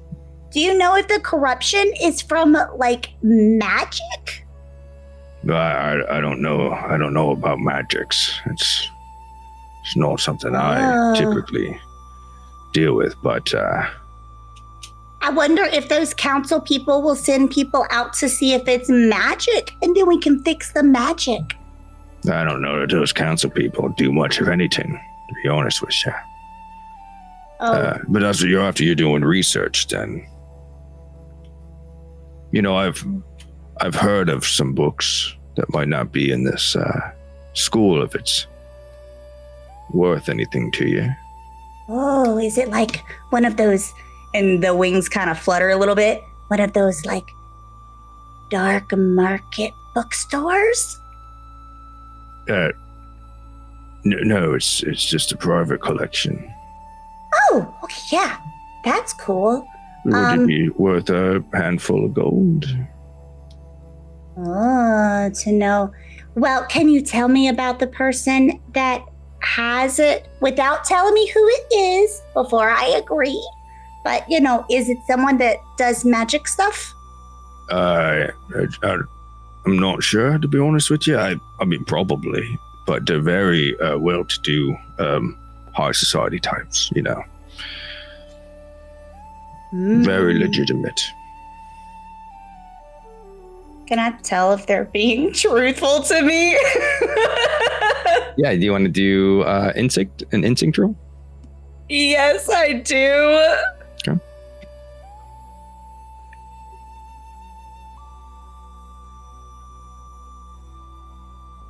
That is a 13 with hope. Take your hope. As far as you can tell, he seems to be, he seems like he's a shady character, but he seems like he's at least genuine in what he's saying, from what you can tell. Yeah. I'm assuming this one handful of gold that I have is all of the gold that I have. So the one. That's right. Okay. Is this worth all of my gold? He's thinking. Well, you know, if not you, I'm sure somebody would pay 2 handfuls of gold for the information. But for this, it's for you. It's like, you know, it's a steal. Not a steal, you know, it's a deal. It's Right, because there's paying. Yeah, definitely not stealing, because stealing's bad. That's right. Okay, so how about this? Yes. For the information and a small potato. The handful of gold.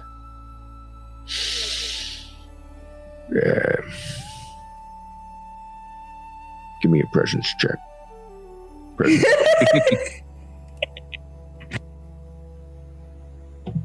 I'm on the fence, to be honest with you. Seems like it might be a good deal. I'm just really interested in your gold. 14 with fear. Yes. I'm keeping track of it with my with my dice now. Yup. All right. He takes a potato, holds it out in his hand. At the same time, nothing shady. Oh, no. Gets out the gold. He drops the potato and grabs the gold. All right, so the word on the streets is that the council has a special private library right underneath the council hall. It's like a private archives. All of the forbidden or powerful books and relics and treasures and whatnot get hidden in that library. So you can petition the council for access, but you know, don't have to agree. But that's a deal. That's good information. Yeah. I agree, because I did not know about the underground library. But I mean, we don't call it the underground library, but it's under the. Yes, you got it. Yeah. Well, I don't really, but yeah, I guess we should go there. Hey, do y'all want to go? And he'll turn to Elmd and Dar, right? Yep. Are the two? Y'all want to go to the council? They have a secret library.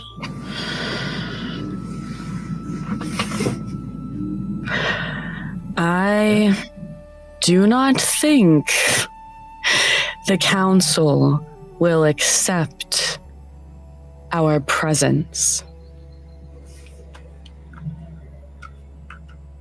Well, I mean, you never know. They might. We could just tell them all about us, and we could tell them that, we've been doing research, and it might be related to, like all of the corruption and all of the no food and stuff, and maybe, it'll solve all their problems. So they'll be like, yeah, we can send them down there, Go ahead. Sorry. I was going to ask, do I know or remember anything about like any food shortages or corruption in like the farms where I came from? Give me knowledge. That's recollection, right? Yeah.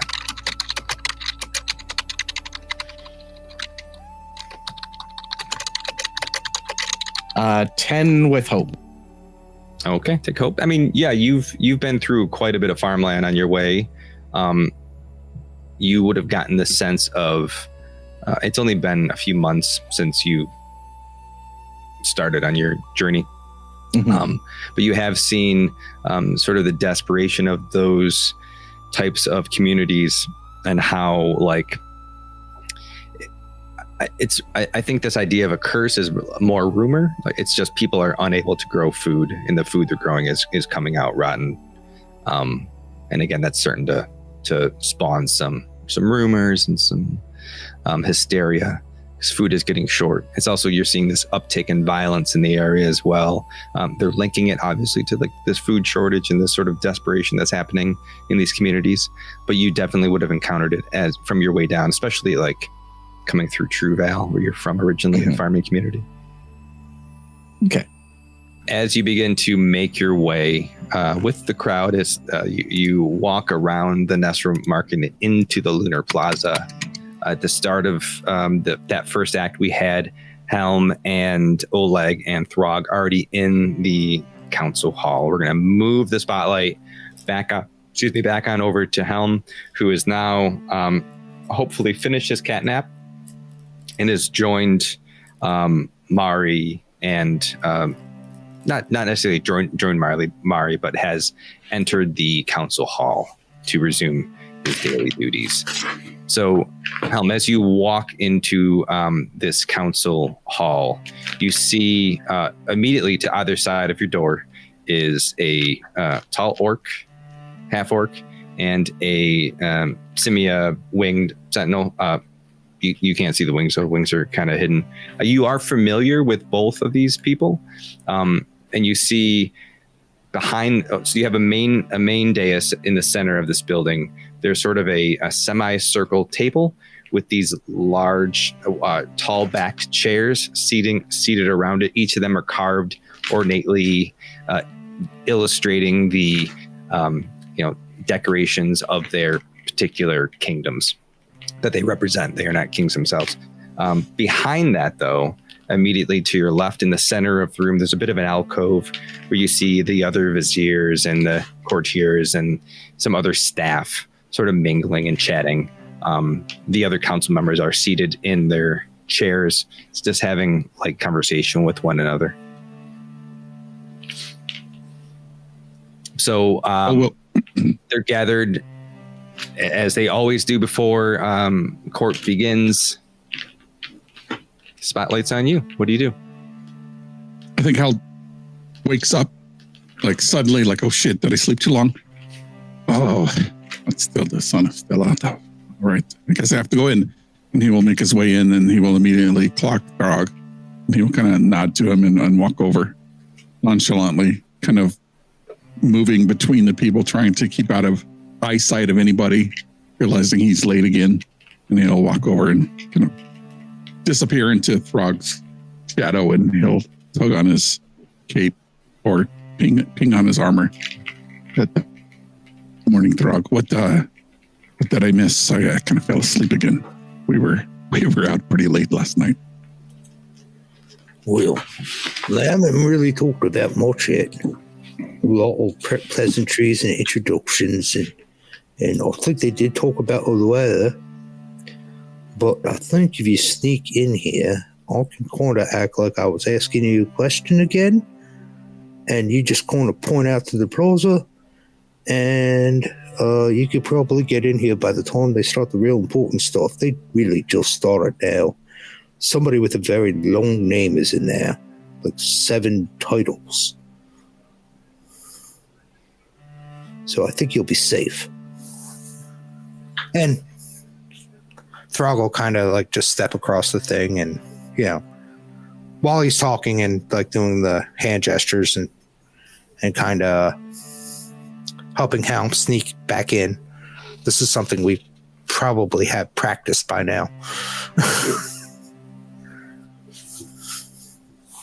All right, well, hopefully they don't make us work overtime.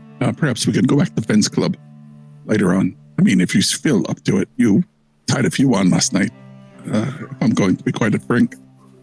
I don't see what we're a couple more of this tonight will happen. Will hurt. All right. I will point towards the plaza and start walking in and raise his hand. I'll nod and then bow and pretty much go back to my post.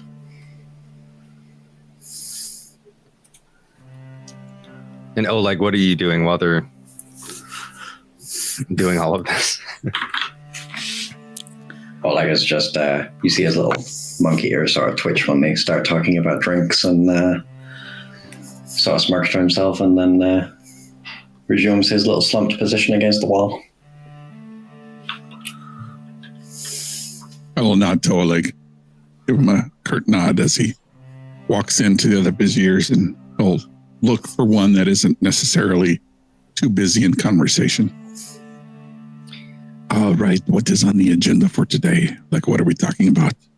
Dog said there was somebody here with like 7 names or something. So as you approach the stall of all of the other Viziers, you see quite a few. Some of them, you're familiar with all of them, just through your work. You see a stocky dwarf who you know to be Varnick Craigsteel. You see a human, clean-shaven, short blonde hair, sort of young and kind of just generally green, new to his post, Caldus Wren. You see a tall, willowy elf, pale skin, sort of silver hair, Tyrell Quinloris. You notice a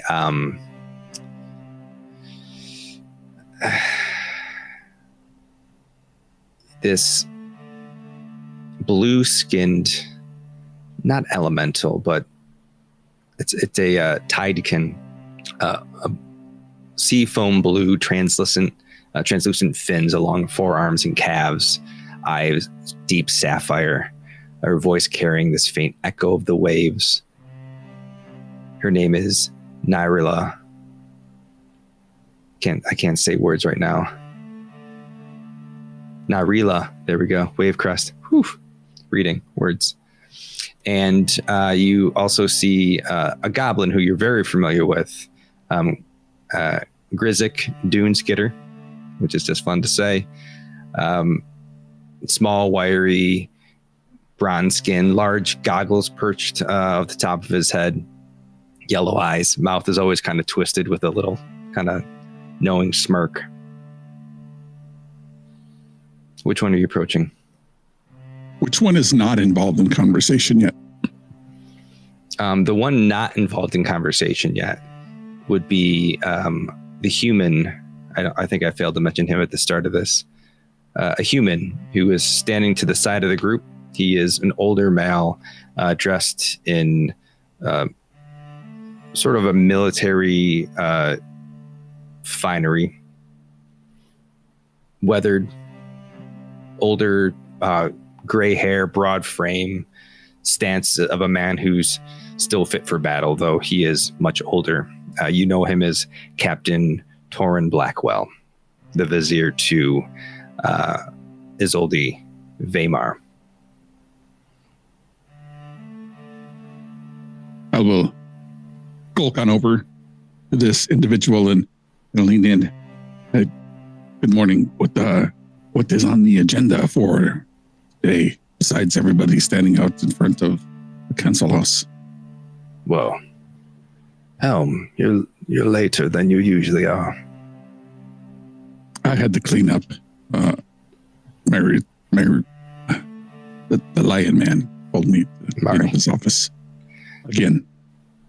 You don't have staff that do that for you. I guess I am the staff. Oh, well, if you need the names of some housekeepers that are for rents, let me know. We can send you a list. Mari's kind of particular. He gets a lot of the fine dander on the shelves, and he really doesn't appreciate it. And I can climb to the top, get rid of it. He gets a little chuckle from when you talk about a standard. He says, well, for the day, it's really just the petition of the people. We had somebody from the Silver Spires come down to try to put their petition in early. The council met with them, but it's all much of the same. Food, crime, the way it's been for months. Have you heard anything new on your end? I mean, not anything new from yesterday. It seems like, is there any good news to be had lately? I mean, no, Daggerheart is still sending in food. They're still able to grow it with the hydroponic systems that they've developed over the years. Seems to be our best bet. We're working with them to try to get some of that technology in place up here so we can start feeding some of our people a little quicker than just shipping things to and fro. I don't understand why they didn't just fish from the river. Salmon is fantastic. Yeah, no, I agree. And it seems like a pretty good source of food. It seems that the shortages affected all areas. So what's on your agenda for today? I'm going to be quiet, standing in the corner. Trying not to fall asleep. Oh, hard at work then, I see. As usual.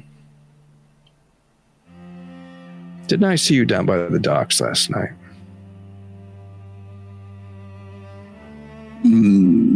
That was impossible for you to see me. I mean, I wasn't down there. Give me a presence check. All right. Here we go. I would like to, can I use my experience of a stealthy? He snuck to the tallest spires and the lowest taverns, only to see the city from its perspective. Absolutely. I will burn a hope and add a +2 to a, that's not very good. That's a 9, 10, 11, 12 with fear. Oh. The DC was 10. 12 will get you there. Blackwell says, oh, I must have been mistaken then. You were not last night then. I suppose it's probably a good move to stay rested up, especially with the long day of listening to the petitions of the crowds. Al's shoulders slump even further. There's a wet cat might, and he's just like, oh man. Only a few hours sleep. He looks back towards where he saw Throg last, and he thinks to himself, does that man just stand up straight all the time? I never understand it. Just want to find the corner and roll circled and anyways. So that's it. Just go over here and carry the books and the papers. Like you've been doing this much longer than me. Well, yes.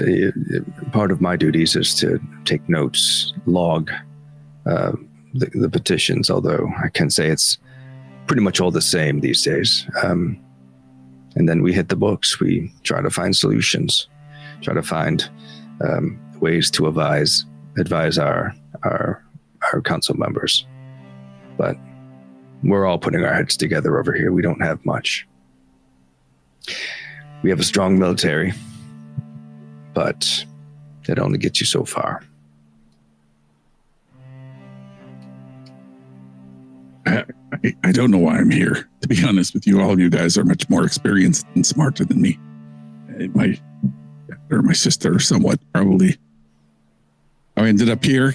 Are you hired to keep an eye on me, or specifically make sure I don't run around, or not so much? I have my own duties to worry about, Helm. I don't really care what you do with your day.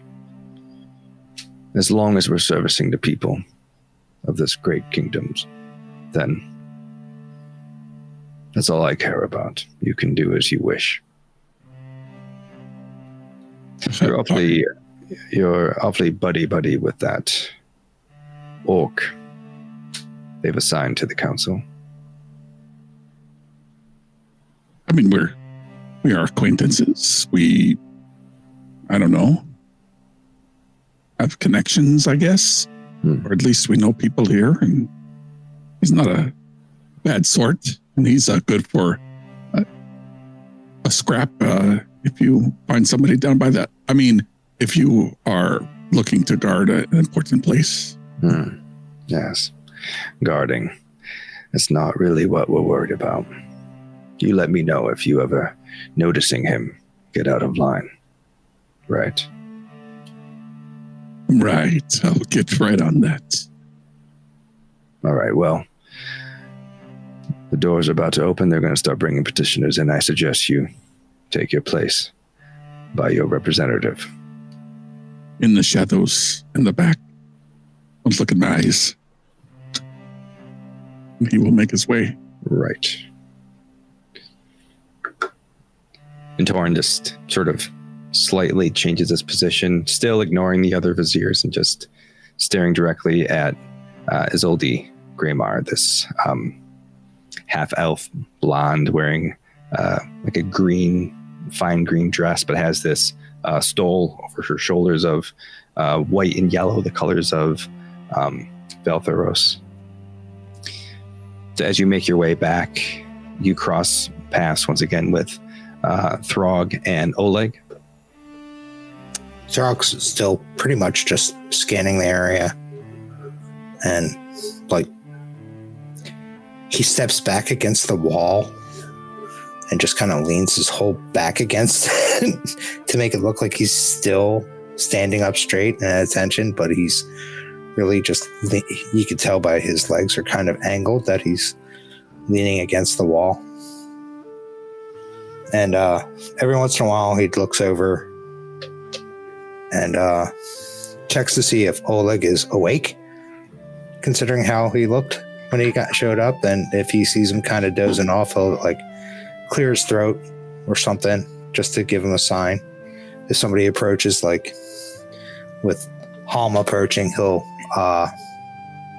clear his throat just to get his attention. Kind of helping him out, considering the scene in front that he saw when they first got there. Every time someone would walk past, he would stand up and sort of brush himself off a bit, but when there's no one there and no one's within earshot, he'll turn to Frog and say, so, question for you. Would you rather fight one goblin-sized spider or 10 spider-sized goblins? Because it's a question I think about all the time.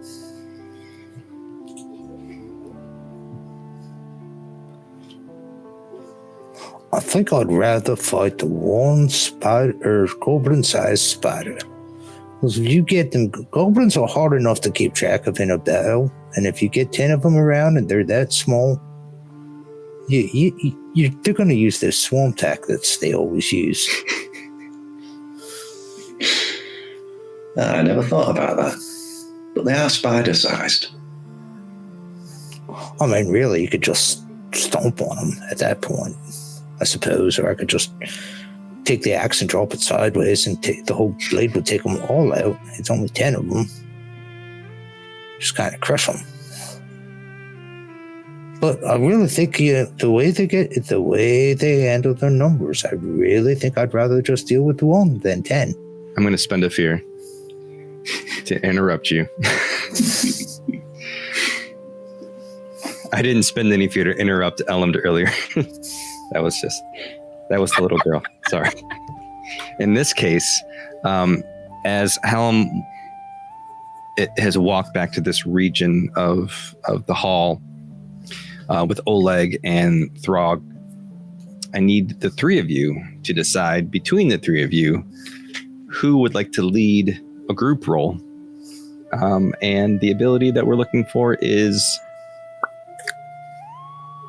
instinct. I have a 0 on that one. have a 0 to. I'll do it if you want me to. Go. You could also, if you have a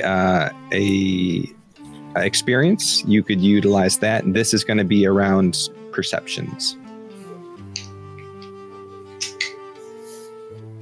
Still don't think I'm particularly suited for it if someone else wants to go. Yeah, I think Hal's kind of eyes are blinking as he's yawning, walking over towards Throg. So I'm not going to get through this day. What kind? It's an instinct, right? Yeah. All right.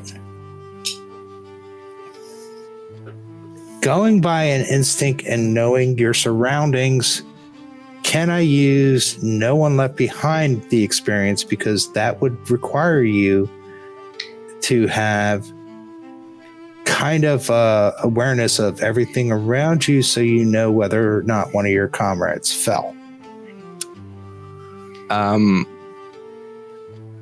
I'll allow it because No One Left Behind. I think you can probably link to this. Now, how do I do that? Well, so when characters act as a group, you choose one PC that leads the roll. Okay. The other players describe how they'll help you.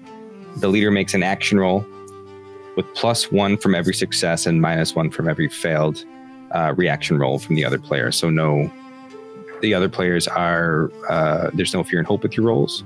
So you're each going to make an instinct roll. The DC on this is 10. And then for every success, we add +1. For every failure, we subtract 1.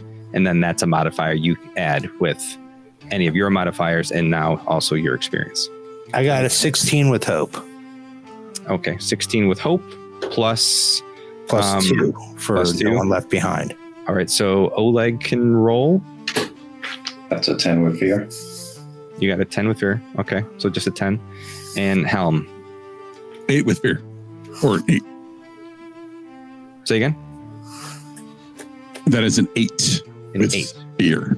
All right. Or if it's a reaction roll, an 8. Yeah, these are reaction rolls. So you have a +1 and a -1 that cancels each other out. So you got a 16 plus 2. So 18, which is a success. So you all get yours was with fear, with hope. Throg, sorry. Mine was with hope. Okay, so you all gain that hope.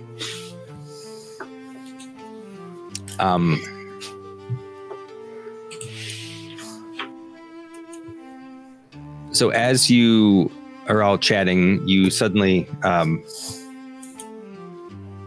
cued to something, like something is out of place, and you look around, and as you look, Oleg tracks that you're looking. And Oleg begins to look around, and then you see Hallam's ear sort of spin and look around, and between the three of you, you clock that there is three petitioners trying to push their way in one of the side doors.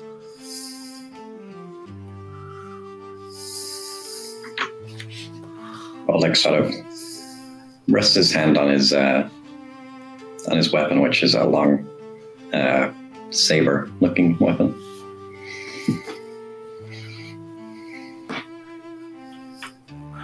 What do the petitioners look like? Well, there's the three petitioners. You have sort of a gaunt human farmer type wearing his overalls, and he's dirty. You have like a dwarf that has like soot clinging to his beard. Little halfling with like a little fisherman's hat, wearing coveralls and big boots. And they're just starting to kind of push their way through that door. Right. The farmer's like, I've been waiting half the morning. I need to get in here. And I'll turn to Helm and say, that's something we should address. All right, fine. Come on, let's go. Stay behind me. Don't hit them with your axe again. Okay. Again. I'll follow Helm. I'll actually leave my axe strapped to my back. I will walk over and intercept them as they're coming through and be like, all right, gentlemen, hang on. We are I need to get to the council. I've been waiting all morning. No one's, what are they going to start? I know. We have not started yet. We've been waiting all day, and I'm sick of trying to. Let me take you into Councilman Mari's office, and you'll be the first one once we're ready. They're still getting their situations ready. I don't know what I want to talk to the whole council, though. I know that Katari can't do anything for me. I'm sick of waiting. There's a whole bunch of people out here dying. The petitioners aren't really being seen for at least till the top of the hour. So you might as well, you said you've been waiting all morning. We could offer you some creature comfort until they're ready to take you. Maybe they could see us first, and I mean, we could. Well, that's what I was saying. We could offer you the creature comfort of the office until, Do you have any food in there? That would be. I'll look at it. Do you have some food? We have some, you probably won't like it, like me and Council Katari, like somewhat raw fish. I'm not sure that would go well with your palate. Oh, no, I fish for a living. Let's do that. Actually, give me a presence roll to see if you can get the whole group on board. Who can I use my ability, Deft Deceiver, spend a hope to gain advantage to deceive or trick somebody into believing the lie I'm telling them? Absolutely. Spend that hope. All right.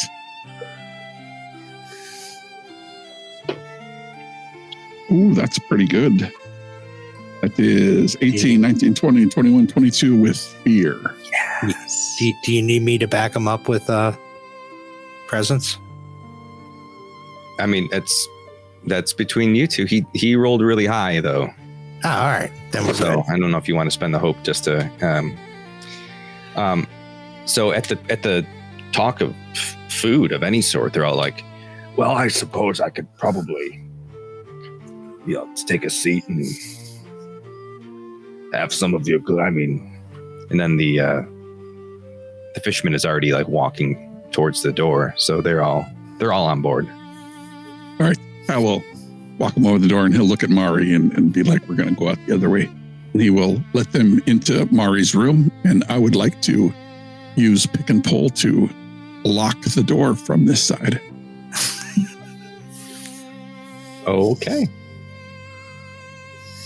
That's one of your things?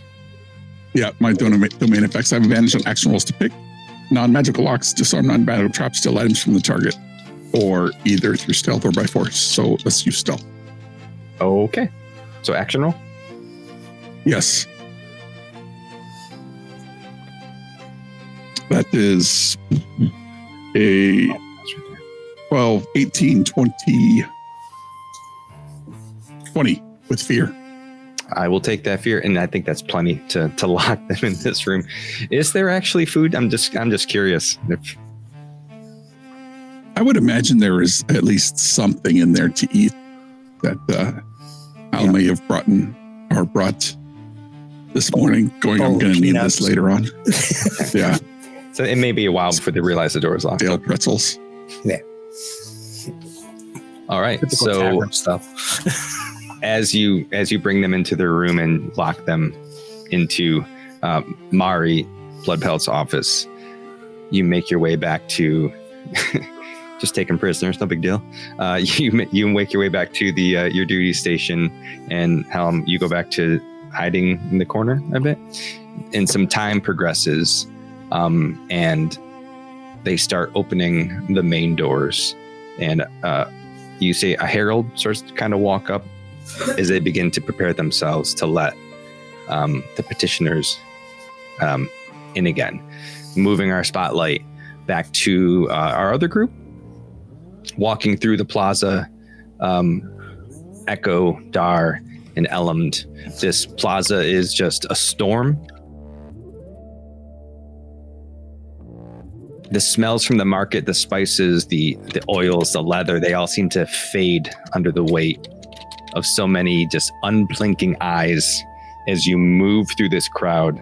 It's odd enough to have, like a hooded scarecrow and a fungrel in a cart just pushing themselves with their minds. Again, this cart's moving on its own. And you faced curiosity before, but this is something colder. This sense of they're not a nation, but it's sort of nationalism in a way. You are different than them, and they are feeling a certain way about their own lives, and they are looking to direct those frustrations somewhere. People do step aside, leaving a clear path to the keep steps. It feels like they're making room for something dangerous, not out of respect, or just to clear the way, to make sure that you've gone kind of quickly. Dar, you too, you feel these stairs getting sharper and sharper as you get closer and closer to the keep. The children are less amused. They don't gawk. They hide behind their parents. To them, you're not a man of steel and straw. You're that thing that comes from the field late at night, stealing away children of fairy tales. The guard ahead kind of locks eyes on you, but their face doesn't change. Professional, trained. Still, the formation tightens a little bit as you approach, and the ripple of motion from the crowd pushes forward and then back as you move through. Echo, it's a little different for you. Though it's a storm, it's not, wind or rain, it's voices, desperation, these eyes upon you. You've felt this before, you've seen the stairs just like others, but it's different. Mothers pulling their children behind their skirts from your companions, but you see people whispering to one another, their gaze fixed on your wings. The crowd shifts around you like water parting to a stone. You've traveled this land. For weeks now, you've met so many people in Drakharn, in Valgar, in Regos, but nothing has ever been this affected by your presence. Somewhere behind you, you hear this voice cut through the murmur that says, "Feed the people! Feed the people!" And it just kind of catches like flame to dry grass. This chant rises, hands reaching towards you as you just hear, "Feed the people! Feed the people! Feed the people! Feed the people!" As they seem to recognize you as some sort of creature of mythos. Yeah. Since Echo has been here, has he encountered the different myths of fairies in their folklore? Are they supposed to be like harbingers of like food and like lush lands and stuff? From your experience, you haven't been faced with anything like this. I imagine that fairies there are much like fairies here, something that you hear about in stories. No one has any firsthand knowledge of. It's probably because magic exists in this world. It's probably a little more likely, but people find your presence just as strange as your companions, but they are just reacting differently to you because it's what you all represent and how that is different from one another. Okay. In response to this, can Echo start flying? And he'll kind of like look where most of it's coming from, which I'm assuming is behind them. Most of the murmurs and feed the people. And he'll say, "I do not know what has happened to the food of your lands, but I do plan on trying to talk to your council to see if I can help them figure it out."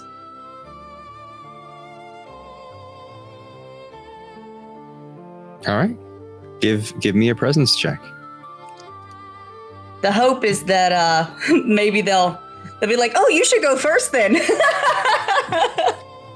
That's the hope. Now, I didn't roll bad. Oh, I was gonna say because Dar and Ellum can help you with this presence check, which I think would just be so fun to watch. Yeah, I don't know about that. Dar's just gonna smile. Oh no! It's a 15 with hope. Okay. Take your hope. So as you fly up, I imagine there's some sort of is there like pixie dust or anything? I mean, I would love it if there would. Could it be like the colors of the blues in his wings? Absolutely. Yes. Beautiful. Light just fell over. As you sort of fly up and this mist of pixie dust goes in the air and you see all these people just gawk, almost breathless as you address them. And then they just start slow clapping. Feed the people. Feed the people. She's here to save us. He's here to save us. He's here to, we're saved, everybody. The curse is going to be lifted. They just start calling out in this plaza. You hear all these murmurs, all this jumbled talking. They've already parted for you, and you've walked to the front to the guards, and now the guards' tone is sort of changed. And as you come down, the guard looks at you and says, "All right, you three, you're next." And he opens these doors and he leads you into the council chambers. So as the three of you, flying. I want him to land right in front of the guard before he speaks. and you see a smile on his face as you land. Like, all right, because this is the first time in a long time that he's seen hope in the people, especially since this has happened. So he ushers you into the council chamber. As you walk through these doors, these very, very large doors, you hear as you enter, they close behind you, and you are faced with a large, not circular, kind of hexagonal room. And in the center of it, on this main dais, the council sitting in this half circle table, tall back chairs all carved. Each of the council members look at you from a bit of a raised dais, looking down on you. The lighting of this room, daylight is just beams of light crashing in different points of this room, shining from all different directions. It's a very, very bright, very, very airy, with the exception of these large doors that you just came through. As you are ushered forward, your footsteps echo across these polished stone marble floors. You see these 7 seats, and you hear this herald call out to you, "Petitioners, come forward and address the Council of 7. The weight of the 7 gazes upon you. You can feel the pressure. You see a female half-elf, a large lion-like fellow, a dwarf. You see a human. You see an infernus, like an infernal. And the last one, I need to scroll up because I forgot what they are. So prepared. And Dracona, sorry. All the different names, you know? It's not a Dragonborn, it's a Dracona. And you see a Dracona, and they're all looking at you, the 3 of you.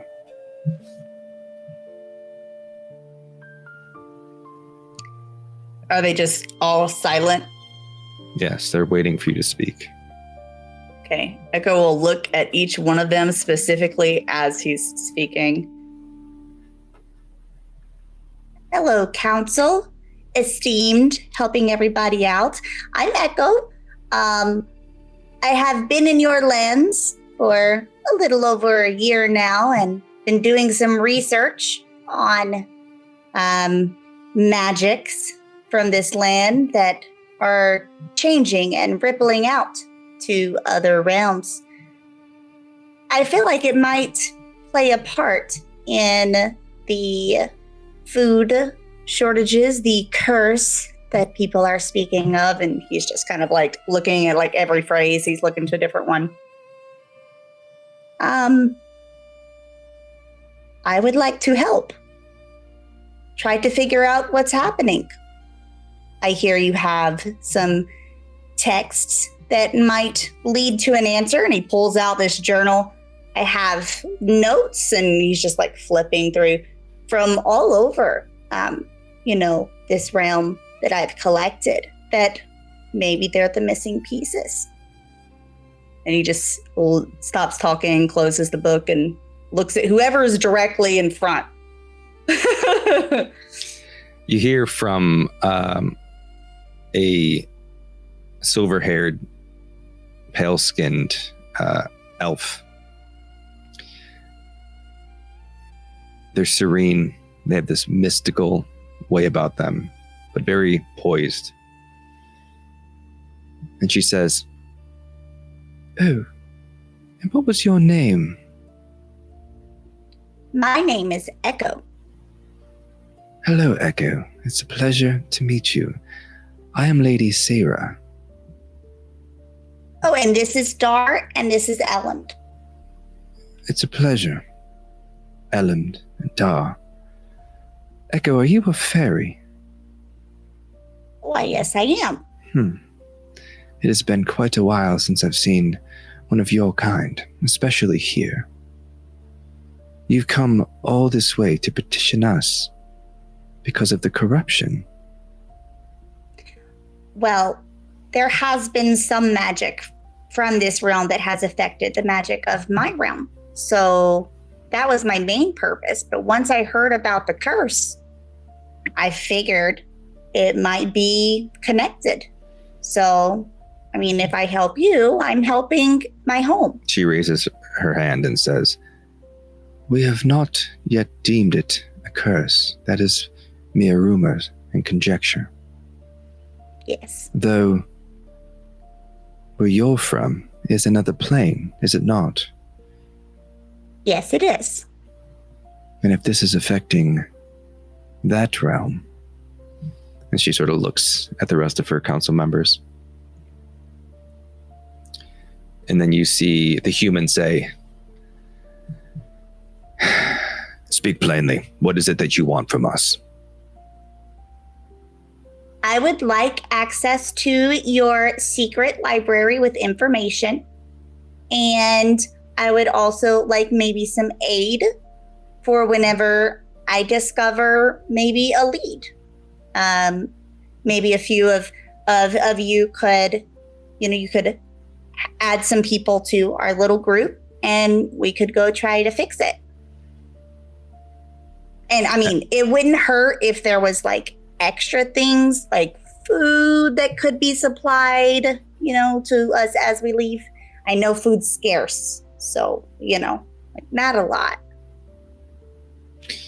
The Inferus, dark-skinned, sort of oxen-type horns, says, "Knowledge is a rare spice, rarer without its price. What do you hope to gain if we let you into the archives? Why would you think there is something there that can help you?" Oh, well, I have tried to look through books all over your realm. So my hope is that it will fill in the blanks of some of the information I already have. And we can maybe figure something out. You see the lion-looking one sort of say. He looks behind him and he raises his hand, calling to Helm, and sort of waves him over. Helm, have we looked through the library? Have we looked through the archives for any connection to any of this yet? When you say we... I mean you. Helm, no, have you looked through the library? No. Okay.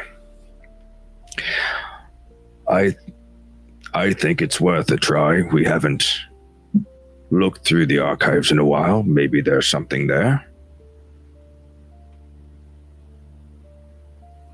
Oh, also, there were some books that might help at the academy, but like all of them were checked out. So I don't know if you could be like, hey, could you bring them here for, research and we'll give them back, or, The half elf with the gold hair, Isolde, says, "Well, the academy is teaching younglings to be wizards.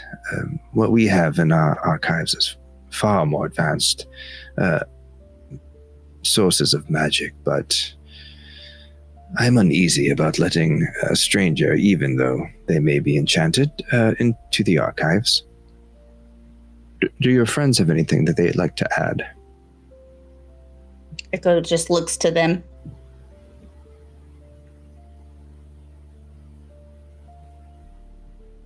We can't hear you.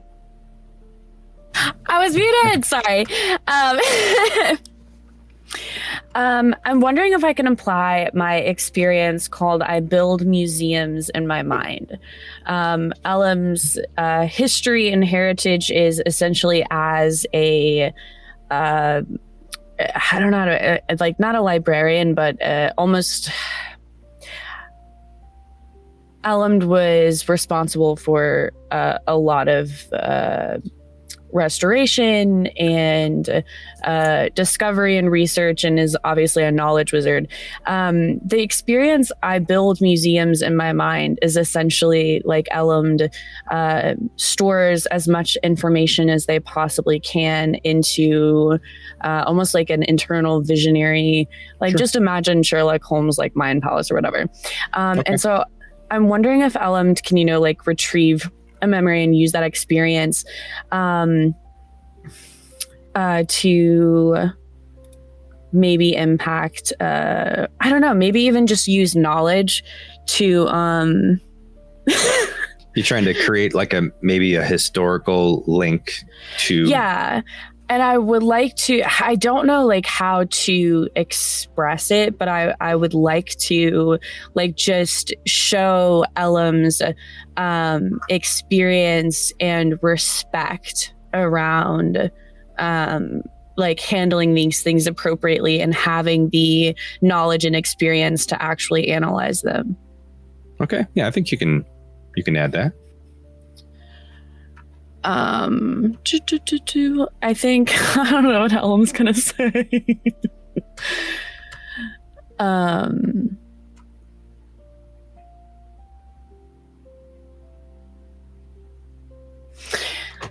I think this is so bad.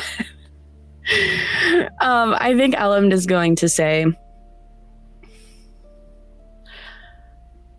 I am older than each in this room, and in my own history,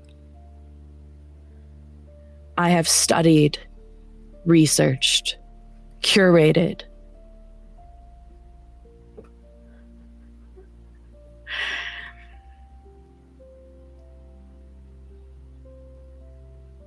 and honored the history, the lore, the knowledge contained within books. Under my guidance, my companions are more than capable of showing the proper respect and care to this gift that we request of you. Did you roll your knowledge roll? I have not rolled it. Right. I will roll it though. And then we'll see how that lands and if that is enough to convince the council. Okay. Let me see. Can I roll it? How do I roll it?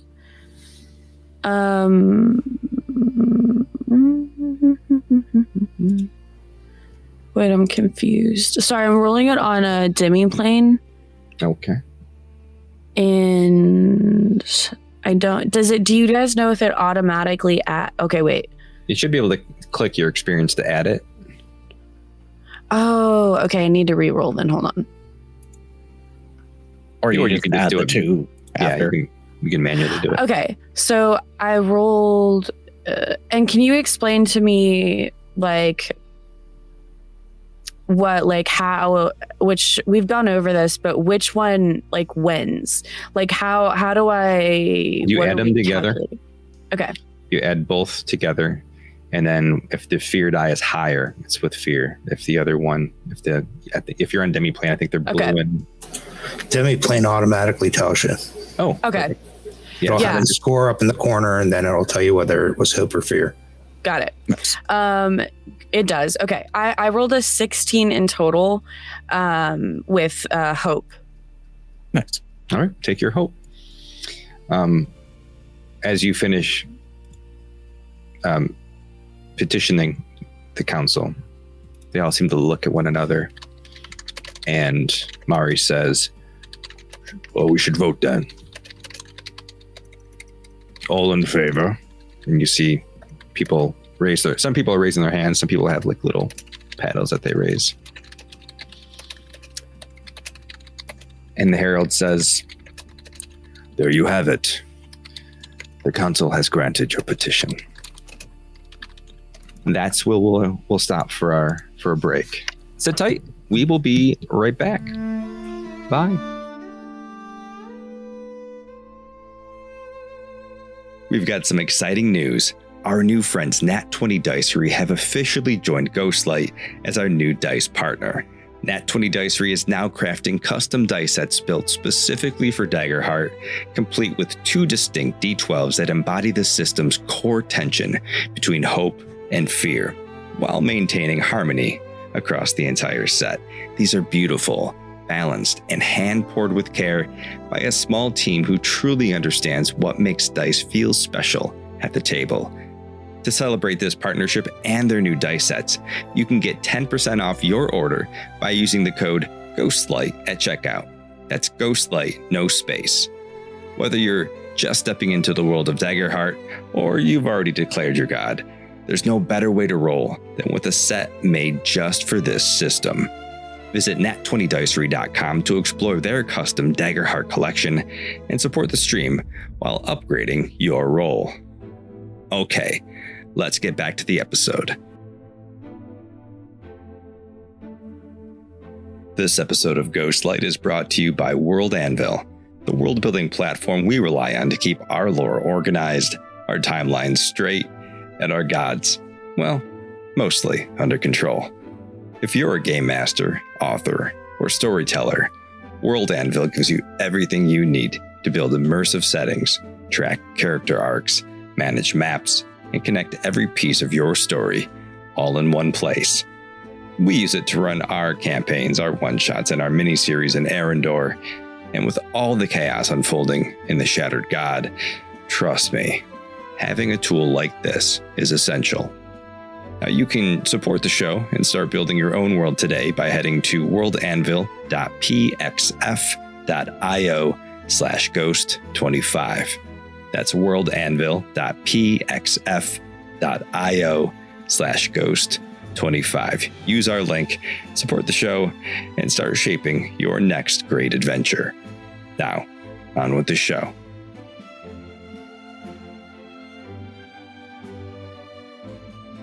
Now we're back. Hello, everybody. Welcome back. So the chamber was tense as you were saying your piece and petitioning them. The pillars gleam faintly in the filtered daylight, which is bouncing all around this chamber.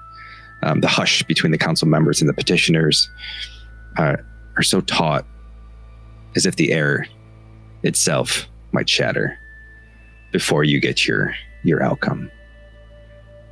And just as you do, that sense of joy that you won, and maybe this is the road to figuring out how to solve this issue.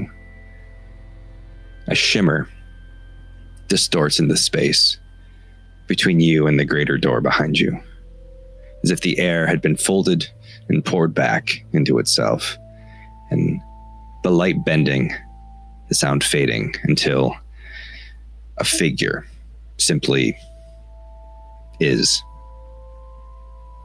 this elderly, stately gentleman wearing blue robes with gold trim, very uniform, a uniform in appearance, but very ceremonial also. Sort of a white, slightly darker gray beard, long white hair. He holds a quarterstaff with a gem on top and this gigantic tome in his hand, leather old with brass fittings. His green eyes are deep. They're an ageless emerald, heavy with millennia of seeing the same mistakes made over and over. He has a staff in his hand that's carved of something that appears like rough wood. When he speaks, his voice carries with the gravity of centuries, yet it's not loud, it's perfectly placed. Each word is finding its way into your bones. He walks behind you. He places his hand on your shoulder, Elam, looks at you, gives you a wink, says, "It's nice to see you again." And then he looks at the council and steps forth and says, "The soil rots. The grain withers. Brother turns against brother in hunger's shadow. And you wonder, is this the will of the gods? No. This is the shadow of something older. Something we once thought only a legend." He continues sort of walking around the room, sort of addressing everybody. Like he's there to speak to the council, but he's speaking to the guards. He's speaking to the petitioners that are there. He's speaking to the staff. He's speaking to you. "I was there in the age of Dawnfire, when Aaron first breathed light into the void. I watched Atheris ignite the first spark. Thaldrum forged the bones of this world. I felt the seas swell under Raziel's storm, and the forest stir beneath Ulthara's breath. Life flourished. Knowledge took root. And then the star fell. Vaelith burned. And from this wound, something arrived. The things the gods themselves would fear to give a name. The gods' hands shaped salvation, but they became complacent. They intervened too much. And through this intervention, the meddling, they birthed something horrible. Nixarath, the first great sin of the divine. The sin that sent the gods recoiling back into their realms, leaving the mortals to their own devices. From that old scar from ages ago, something has taken root. This was no blind stone from the heavens. It was a being, an elder, God, broken, shattered, but alive and gathering its strength in the dark. He looks at the half-elf with the gold hair and says, "The Val Moon incident, that whispering in your ear, this unrest, the famine, they are not separate storms. They are the same tide rising this foreign entity has its sights set on freeing Nixarath and recruiting him to its cause. And the gods have taken notice. They are waking. They are returning. But Aaron, the god above all, remains curiously silent. I fear his absence has left a void that the Shattered One wishes to seize as an opportunity. The gods have chosen champions. Heroes, they would make their avatars to stand where the gods cannot and to wield their power. Even now, you have sent heroes yourselves atop the Ashspire peaks. Heroes you sent to save the avatar of Theris, the Phoenix. But it will not be enough. Even now they fight, but they have already failed. He opens his tome. It's time to call forth the champions chosen by the gods.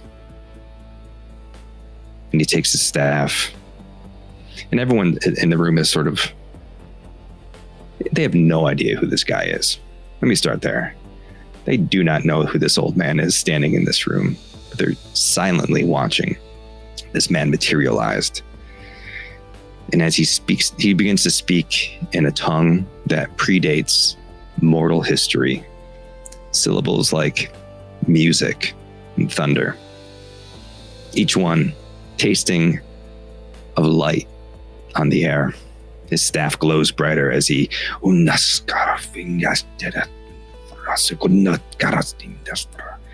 then as his staff glows to a point where it becomes hard to look at, he slams the staff on the ground. And this light mist flows onto the marble and begins to take shape. And he says, I call to you, Elias Vex. And the form of this dark-haired human rogue, wearing leathers, a quiver, though no bow. And where his left hand used to be, there is a silver hook. I call to you, Storm. And this mist takes the form of this gray furred Qatari, wearing dark blacks and grays with highlights of blue. I call to you, Sunblade. This hooded, dark rogue appears, wielding short swords in a stance as if they were in the midst of battle.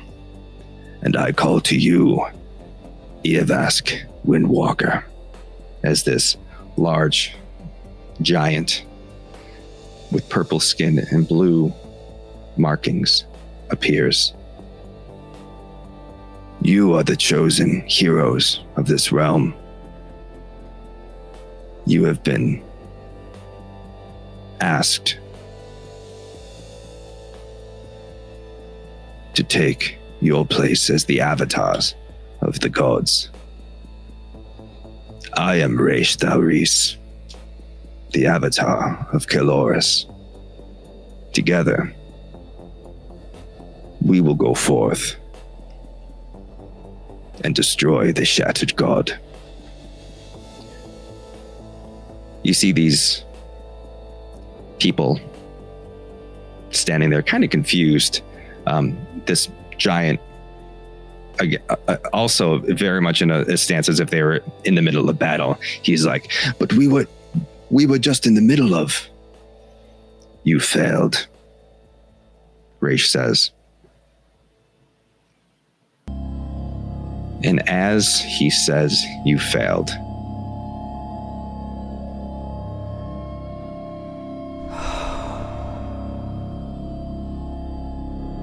the daylight shining into this room begins to vanish.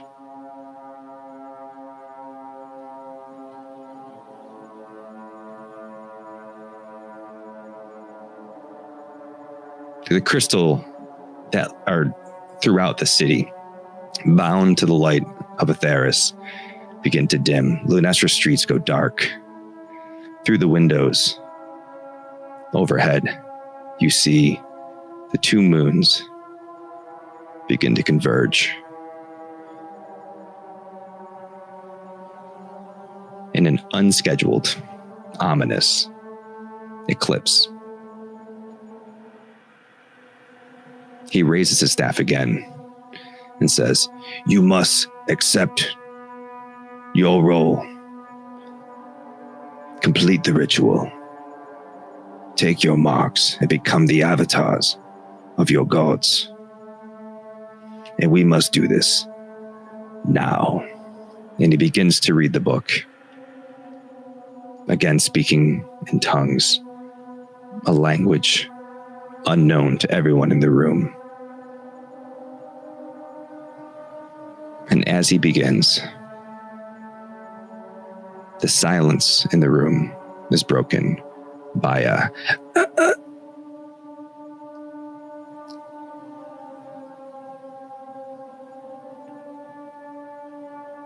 as you see this this blonde-haired half-elf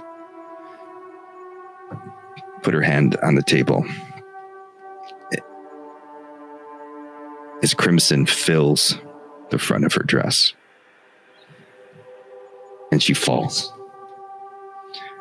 hanging over the council table.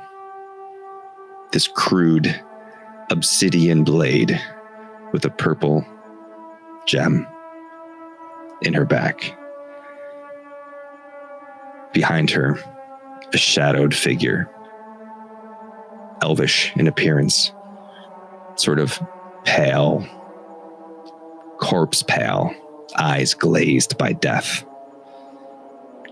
Black hair, streaks of white.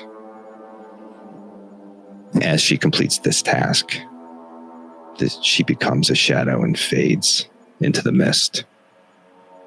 The body of Isolde Vaymar drips with blood as it spills onto the floor of the dais.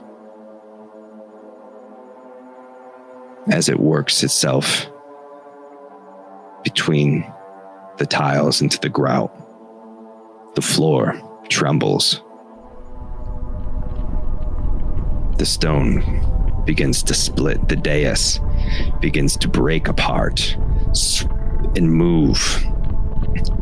The entire room itself is shaking. You all brace yourselves as this building feels like an earthquake, maybe? As the tiles collapse into the floor, they lift up, take flight, they start to spin. The council table collapses into this big, monstrous vortex as the council members themselves jump back. You notice the Inferis, I can't get over the names, the Inferis council member falls into this void. Each of you clinging to one another, now in a line. I need you all to make a group strength check. Who's going to lead you?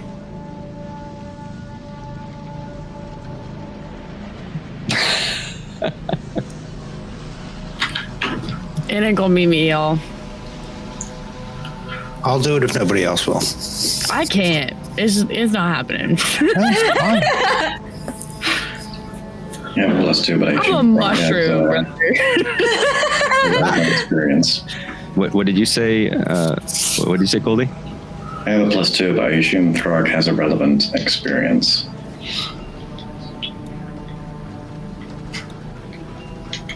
What say you, Throg? The only relative experience I can have is I already used No One Left Behind. You can still use them. You can use them as much as you want, as long as you have the hope to. Oh yeah, I do. I have the hope to do it. Okay. All right. So you're not like being pulled into it. So this isn't that high. It's still a DC of 10. Right. So each of you, let's say this, you can do agility or strength because you're just trying not to go into it. So if you can jump somewhere, you can hang on to something. Okay. Wait. I would like to use my experience of agile Okay. to jump from. You are super quiet. Somebody said I he was super loud. loud. I turned myself down. So I'll turn myself back up.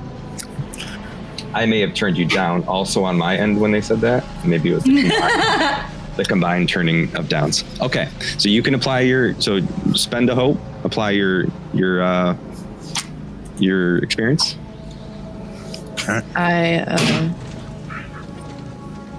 No, sorry. I'm sorry myself.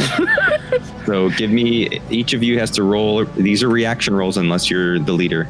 So give me a reaction roll. 16. Either 16, that's a +1. I got a 6. +2, -1. Okay, so we're still at 1. 19. +2, 19 as well. +3. And what'd Throg get? I got a 22 with fear. 22 with fear. Okay, so that's 22 +3, 25 with fear? Yeah. As this building shakes and things are falling into this vortex beneath the tiles, the desks are falling in, you see guards falling in, other courtiers maybe are too close. I want you to describe how each of you are helping one another from falling into this vortex. I will look at Olag and say, make a chain, and I'll reach out for him and send him towards the people heading to the vortex, and I will dig my claws, my fingers, into the door frame to the point where the veins pop up on my arm and my fingers actually crush into the marble. So you're like to get purchase. Death gripping the marble and cracking Death gripping the marble. Like it. And you're reaching out and you're grabbing Oleg. Yeah. Oleg's reaching out to who? Oleg sort of just whips the... mind muted? No. Oleg whips the cloak over his shoulders and spreads his wings wide to try and hold people as close to the wall as possible. So just pushing as many people back as you can. Let's say you can get like an additional 2 on either side. Who's next in the chain? Who do you have pinned to the side? I assume Hallam is probably close to you. Yeah, I think in this moment, Hal disappears and then appears into the shadow that's fallen over this chamber, and he grabs Oleg around the waist to like pull back, and he uses his claws to dig into the dais, and he starts to pull the rest of the party. So then you each just sort of made this chain. Your 6 paths have converged in this moment, and you are now literally linked together, holding on for dear life as people are falling into this void around you. I'm going to spend another fear.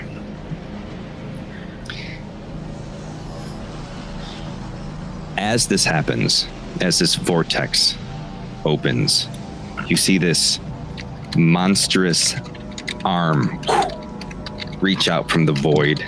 It's a claw, reptilian, dragonish, but it's shadowed, and it slams down on the ground, and as it comes down, it lands on the human rogue with the hook hand. But where you would expect to see blood and viscera, shards of crystals and dust come up from between its claws. Its next arm comes up and comes slamming down. And the second before it strikes, you think you can hear the name. Star? This comes down upon the Qatari warrior. Again, crumbling rock and crystal and dust in the air. This monstrous, shadowy dragon head reaches it up, lets out a roar. Swinging its jaw down, it bites at some of the council members. As it catches them in their jaw, they snap. Crystal, stone. The crystallization overtakes its head as it becomes too heavy.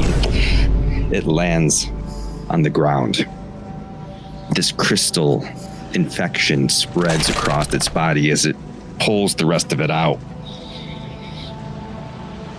And as it emerges fully, ironically enough, someone said earlier that the doors look like they're too big. As it emerges fully in this large space, its crystal statue-like appearance sets in, and it begins to crumble until all of that crystal and stone fall into a pile.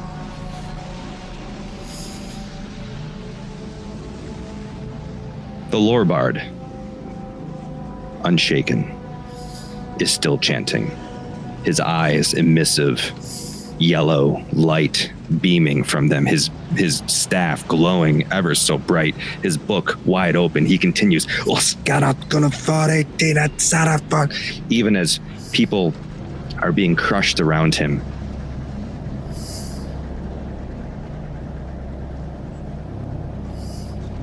A shadowy figure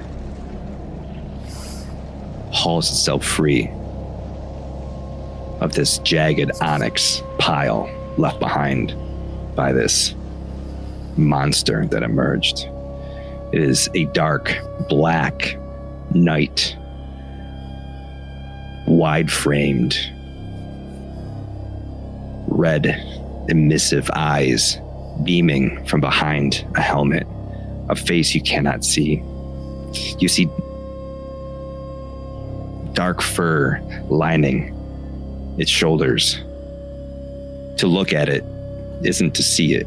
You simply see the shape of its shadow.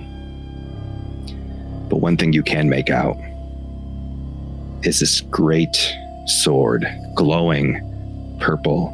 Its blade seems to be moving like crystals, constantly reconfiguring. And that's the first thing you see as it plunges into the chest of the hooded rogue, the Warforge, as crystal overtakes its body. And you just hear as it takes over its mouth, and its head falls back, shatters to the floor. It rushes forward, a fraction, an instant. You see this giant purple skin reach into the ether and pull out this weapon, the sword, ablaze with its own magic. And as he swings it down at this creature, it's too little too late. The purple blade cuts through its chest in one quick swipe. And where that sword hits, just crystallization begins to overtake his body as he looks in the direction of the only people that he can see, you, and just shakes his head as he crumbles to the ground. This monster reaches his arm out, grabs Raish by the neck, But he doesn't stop. He continues.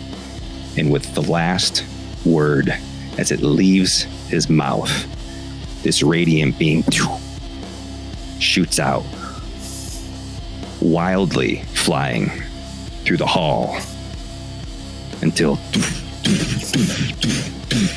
it strikes 6 individuals. You. As it does, as you cling to the wall, as your wings are spread, holding people back, as you reach around his waist, clinging to the dais, as you're clawed into the wall, suddenly you feel light as air.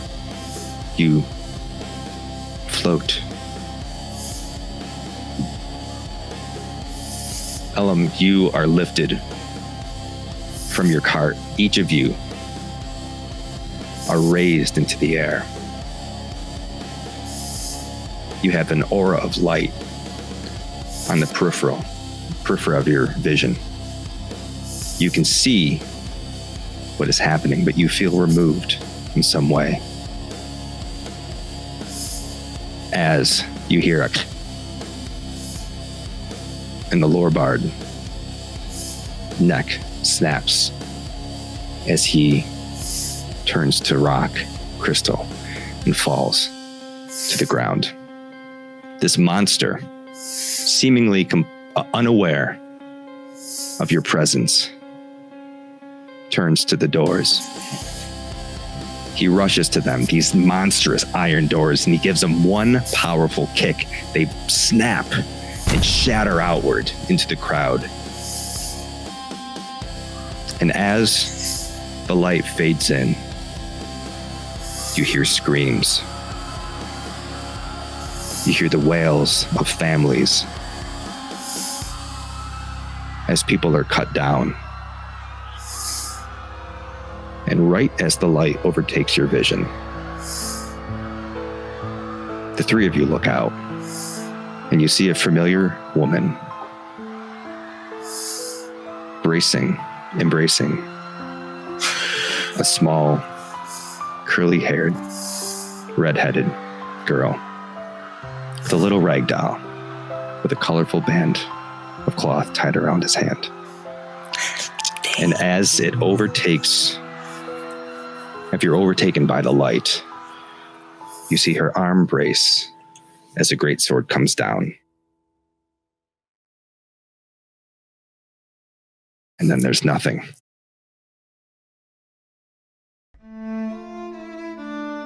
How y'all feeling? Well, you got me with Star and Storm, okay? Damn, Ghostlight went dark. Well, you said it had to be tragic, but not difficult combat. Your words. For those of you who don't know, we've been playing in this world for a while. We just killed one of Goldie's characters. We killed one of Sage's characters, and we killed one of Phoenix's characters. Also, JC, one of JC's characters. Do you want to keep going? How is everyone feeling?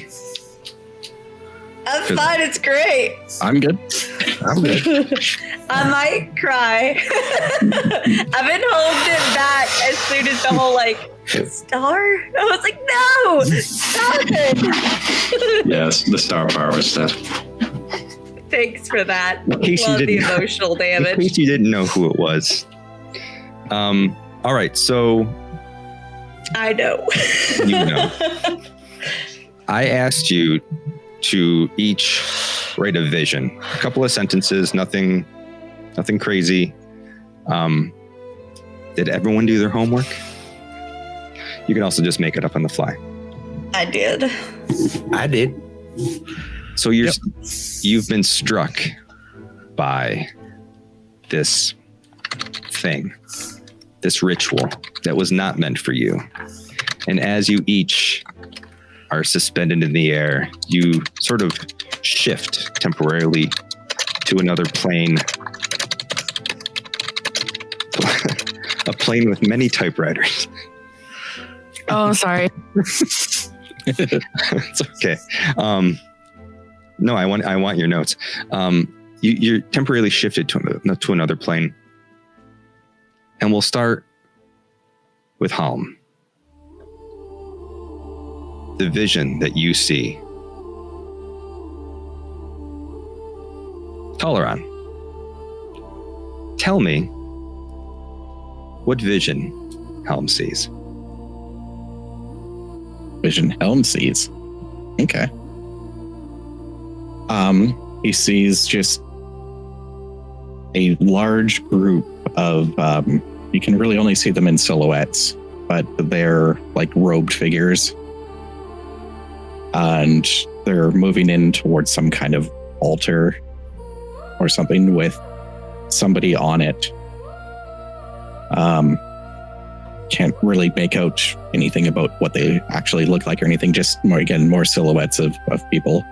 And they're moving in, creating a large circle around this altar, and one moves up and draws a weapon, lifts it up, and that's when it cuts out. Outstanding. And with this, where did the beam of light strike you?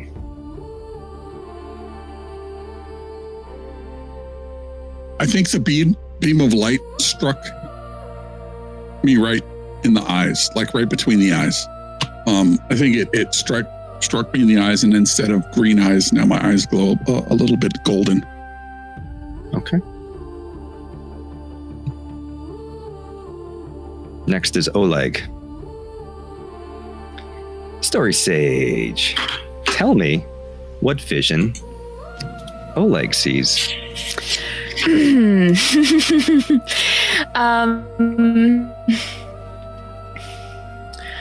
Oleg receives a vision of comfortable darkness. Just, vague outlines and shapes of rocks, of the underground, the smells of dampness, mold,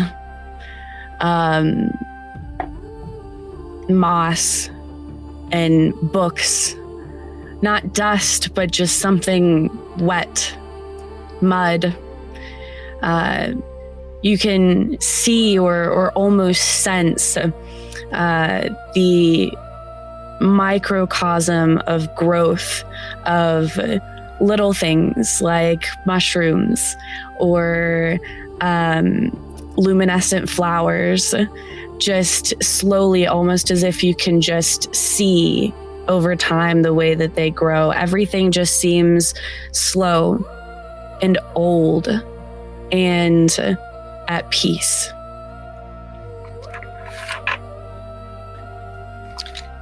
All right.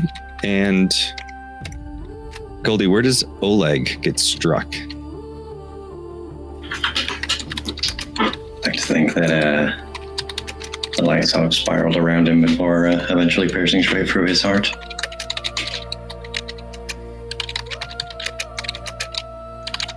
Shot through the heart. with that bard car playing in his mind. All right, awesome. Thank you. All right. Phoenix, what did Throg see? Something big. Okay. Throg, sitting at the base of a tree, leaned up against the back. The cool air moves freely, whistling among the branches of the trees. It dances along your skin as sunlight gracefully streams through the canopy.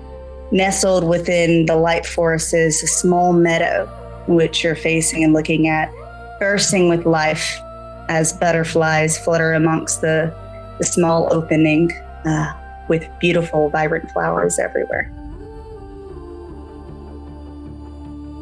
And where was Throg struck? Well, Throg was leaning, reaching, and stretching to hold everybody out of the pit. So Throg got struck right in the eyes. Okay. Both eyes, one eye? Full face, both eyes. Full face. Yeah. Full face. Okay. Let's go. Goldie. What did Echo see? Echo sees that they are in almost like the vacuum of space, but I don't think that Echo would understand quite where they are. And they see a sun and a moon sort of spiraling around each other, almost forming like a yin and yang sign. And a sort of darkness starts to tug on them and pull them towards itself like a black hole, trying to consume them.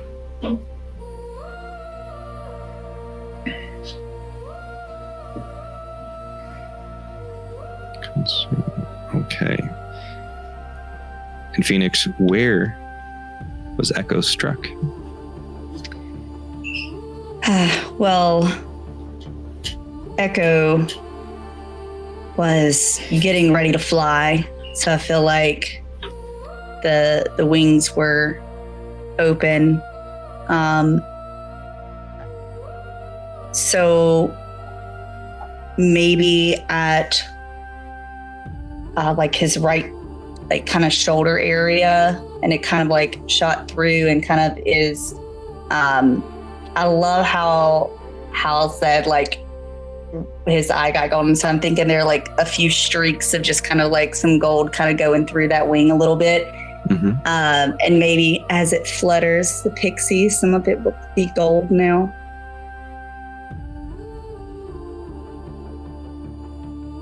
So shoulder seeped through to kind of the wing. Okay. To wing. Let's go. Mac, what does Ellum see?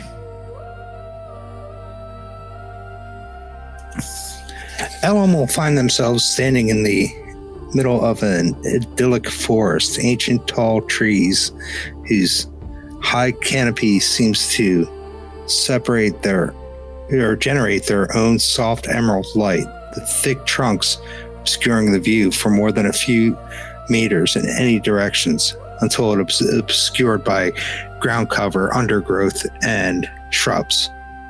The paths here are no more than deer trails, never seeming to broaden no matter the traffic through the forest.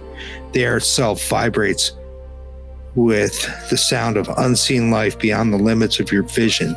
The ground is soft, but not damp or soggy, just like a swamp. It's just welcoming and plush, like a living bed, inviting you to pause a moment in your travels.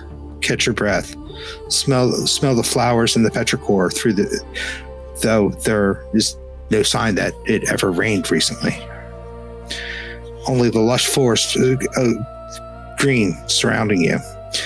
There are no foreign sounds, only those far off calls and songs and rustlings you would typically hear in a forest. You feel as if your own voice would resonate loud and obtrusive, even at a whisper in this piece. There's a earthy smell of campfires, warm and inviting, but no lights to appear between the trees to signal such presence that would have them. Just an overwhelming sense of serenity.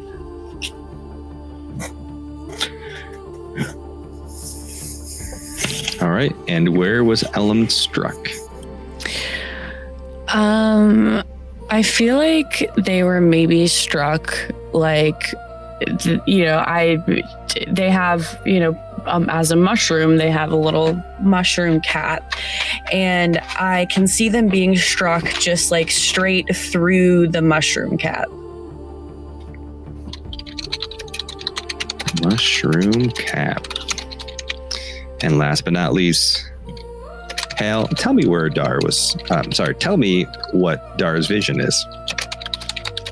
Dar sees two young Ari individuals running through some plains and then dipping into the forest. And they come up to what looks like a treehouse, and you hear one of the taller ones say, "Mom, you won't leave me alone." And then you hear a woman's voice say, "Don't worry, hon. They'll never be able to catch you. You're too big." And then they run in the house and into a dark room. And that dark room opens up and you see what looks like the sun dip behind the spires of Lunessra as the moon starts to come out.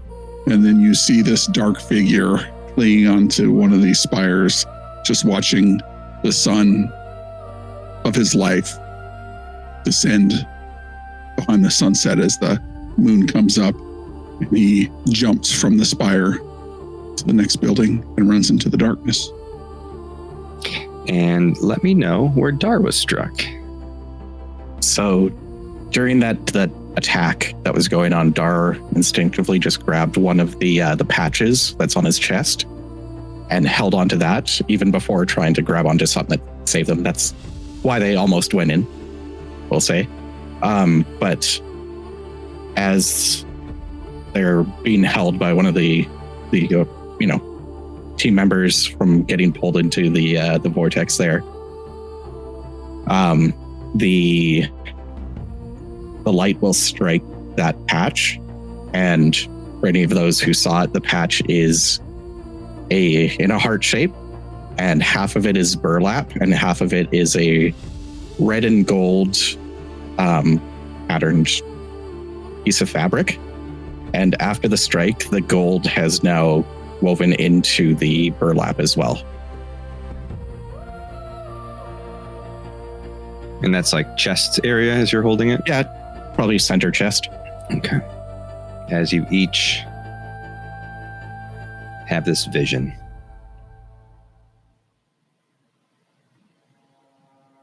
the light slowly fades from your view. And as you come to, you find yourselves laying on a stone floor. It's tile, but it's not the marble of the room that you were in previously. And as you look around, you see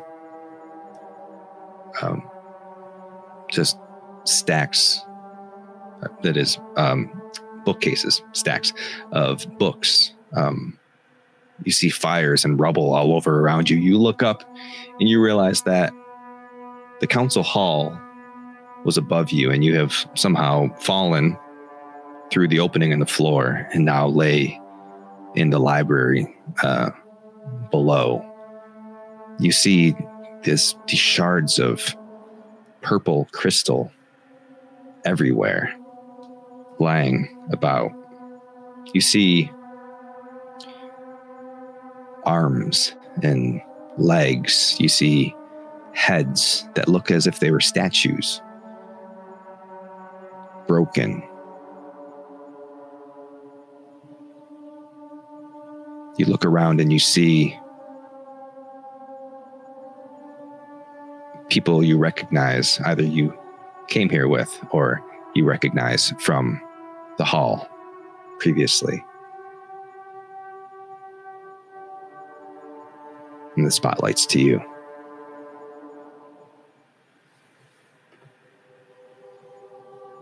Where's Elam's wheelchair barrel thingy?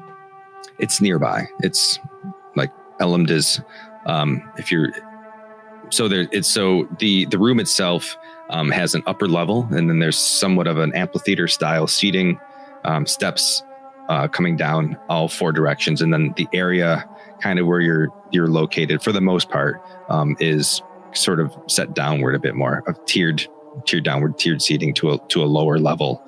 Elam is sort of on one of the seated step type of areas nearby you.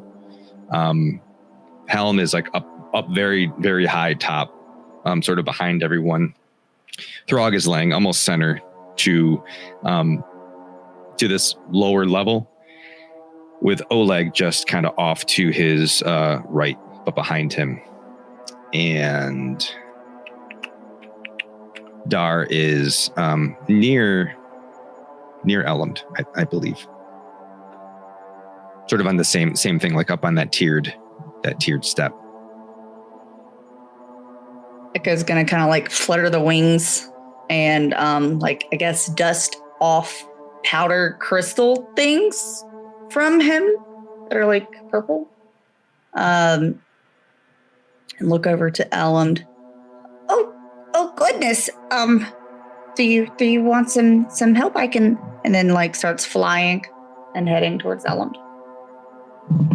I am actually gonna go ahead and use the Book of Typhar from my grimoire to cast Magic Hand, which acts within far range, to then pick up my cart and just bring it to me. All right. So as you cast your spell and you see, what form does your hand take? What a good question. I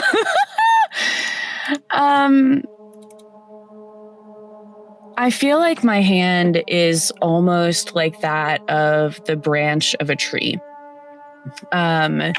Probably very solid, very old, a darker tree, and just very long fingers, very like huge hands, almost like just just like the Ents from Lord of the Rings, that kind of vibe. And it's just like, yeah. So as it flies forth and scoops up your cart and brings it to you, as you climb in and get yourself sort of situated, you see fires burning throughout from the chaos that happened above. You hear a bit of a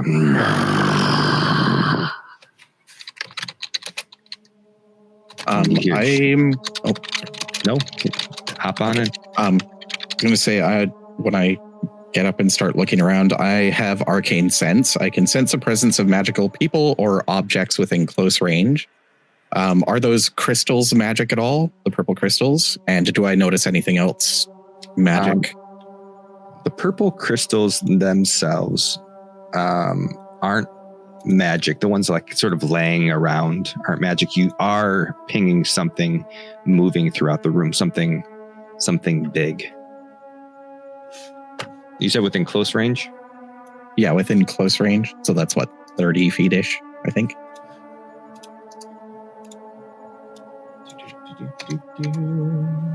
Yeah. So yeah, very close is about 15. Close is 30. So that is how many tiles is 6? So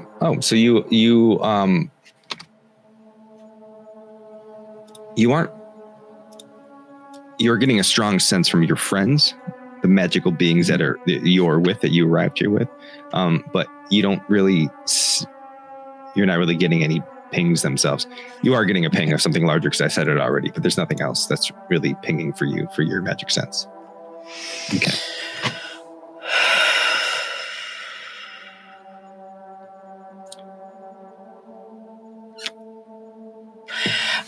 If it's okay, I would like to use my ancestry ability, Fungal Network, which allows me to make an N-stick roll. I don't know what this means, but it says 12. I guess that's what I have to beat. To use what's called a mycelial array to speak with others of my ancestry. And if I success, I can communicate across any distance of time. Okay. So let me see.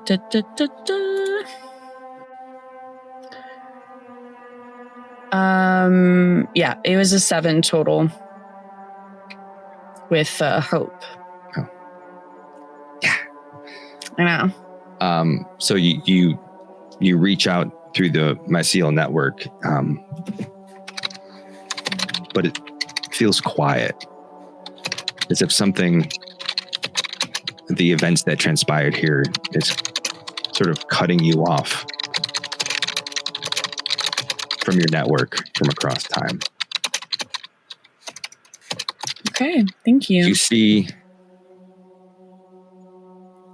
bits of these crystals. You see the statuesque parts sort of shake and move. And in the darkness, a figure. You see these bits of rock, these bits of statue fly into the shadow. And then out of the shadow,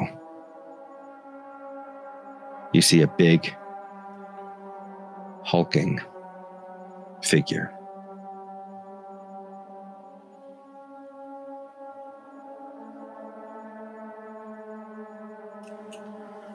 I will stand up and try to get my bearings and figure out where everybody is, look around. Let me see. I'm going to share my screen because I forgot you guys probably aren't all looking at the thing. I can remember how to do that.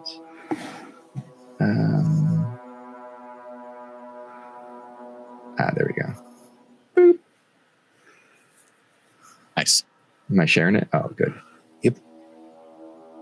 Can you make that bigger? Is that as big as you can get? You can look at the stream if it's a little easier. It shows it like full screen for me. Oh, great.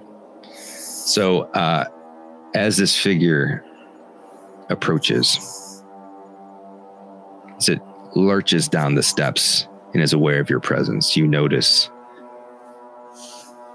the face of Mari Bloodpelt. You see bits of the tiefling's onyx horns from the shoulder. The face of the half-elf in his chest. This shattered being has pulled itself together. Behold, the Council of Seven.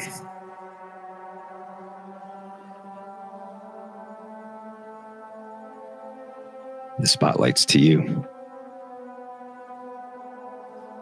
I'm beside Elland, right? Because I ran over to Elland. Yeah, right you're there. right. You're right here. Okay, good. Does this thing seem aggressive towards us? It's looking at you and it's going. I'll like jump straight in there and tries to slash it. All right.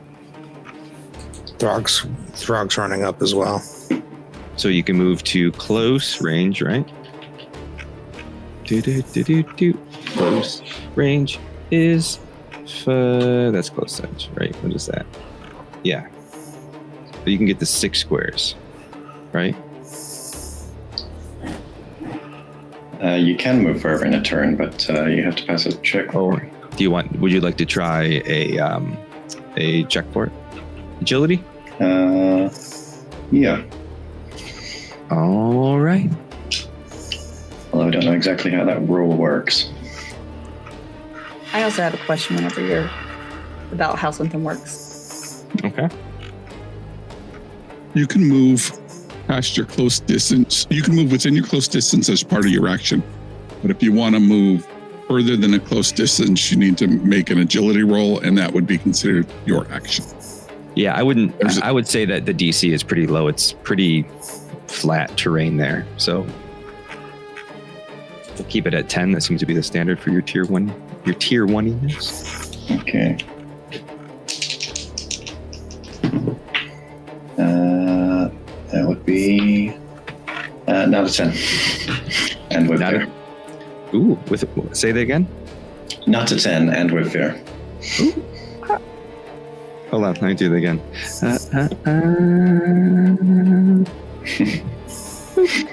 Okay. Can I get a clarification on something before we move to something else? Yeah. Okay. The whole like helping someone thing. Yeah. How does that work again? So you can spend a hope to assist someone in an action. Depending on the action, you speak it narratively, and then if you spend a hope, you can give them advantage. So you can roll a 1d6, and they can add that to the roll. Okay, what's the group thing that you can do like once a session per person? Oh, a tag team up or tag team, yeah. Yeah. You can spend What's that 3. again? You can spend 3. Yeah, 3 hope. Yep. For the person initiating. And then you both do an attack, and you take the higher of the 2 rolls or the better of the 2 rolls, and you both do succeed, kind of thing, or fail together. Yeah, so you would, if you both attacked, you would both roll an attack roll, and then you would choose which one you were going to take. And then if you chose one that was going to be successful, you would both roll an attack, and then you would add that together. Okay, so if someone else is like, oh, I'm going to attack, and they start attacking and be like, can I tag team? Like, is that like how it would happen in the game? Yeah, somebody has to, you can use it once per session. One person has to spend the 3. Usually like the person initiating it would spend it, but you could definitely negotiate that. Okay. And then you would, and again, it's not just for attacks, it's for a multitude of things. So it's just the action and then the result we'll talk through narratively. Gotcha. Okay. All right. So with your, so you want to get to your 6 tiles. As you run up to attack this beast, you jump forward, you rush past Throg, and you catch yourself on this step here.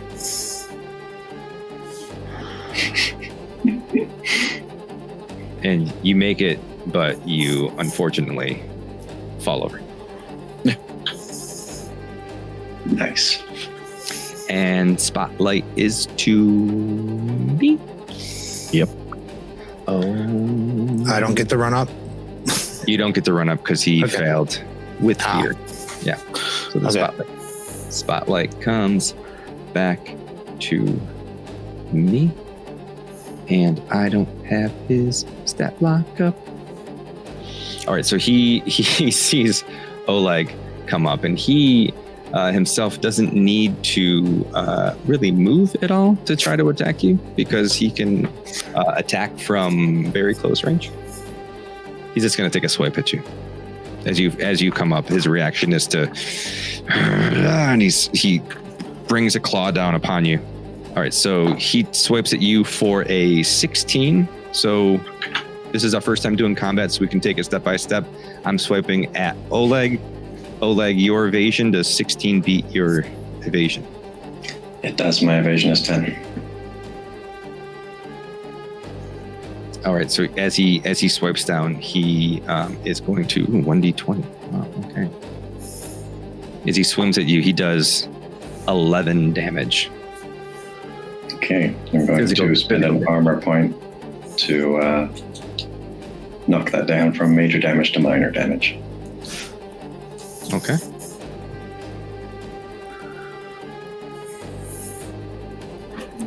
All right. And that's the end of my turn. He's going to stay stationary because he doesn't need to move. As he swipes at you, it's almost like a test swipe. As you ran up and fell, he's like, it's very animalistic in his approach. He doesn't say any words. He just snarls at you as he hits you and kind of bounces back, waiting for the next strike.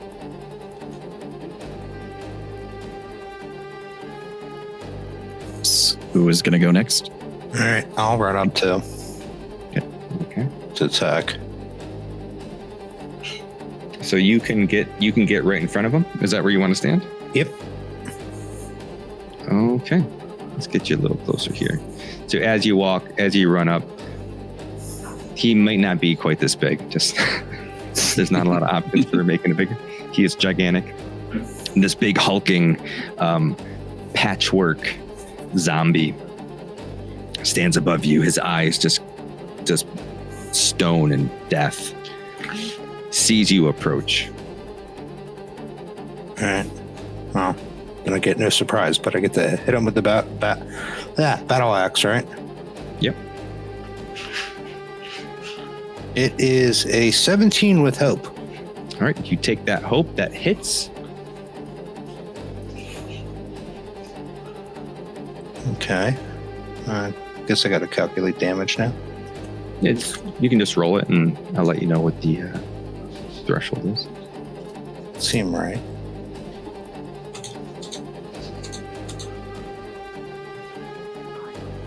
It is a 12. All right, so 12 takes him to major.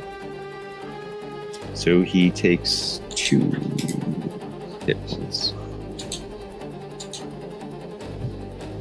All right. Spotlight's still to you. All right. With, let me see if I can do this right now. When I say spotlight's to you, it's to the group. The team. Yeah. Okay. Anybody mind if I go? Oh, go ahead. Okay. I am going to unleash chaos. Yeah, you are. So spell casting roll against a target within far range, which is up to like 100 feet. So I think I'm close enough. I think you're probably okay. All right. So Yeah, you're about 11 tiles away. Okay.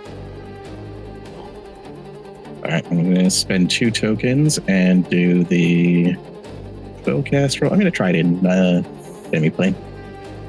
Okay. That is a 16 with hope. Take your hope, and that hits.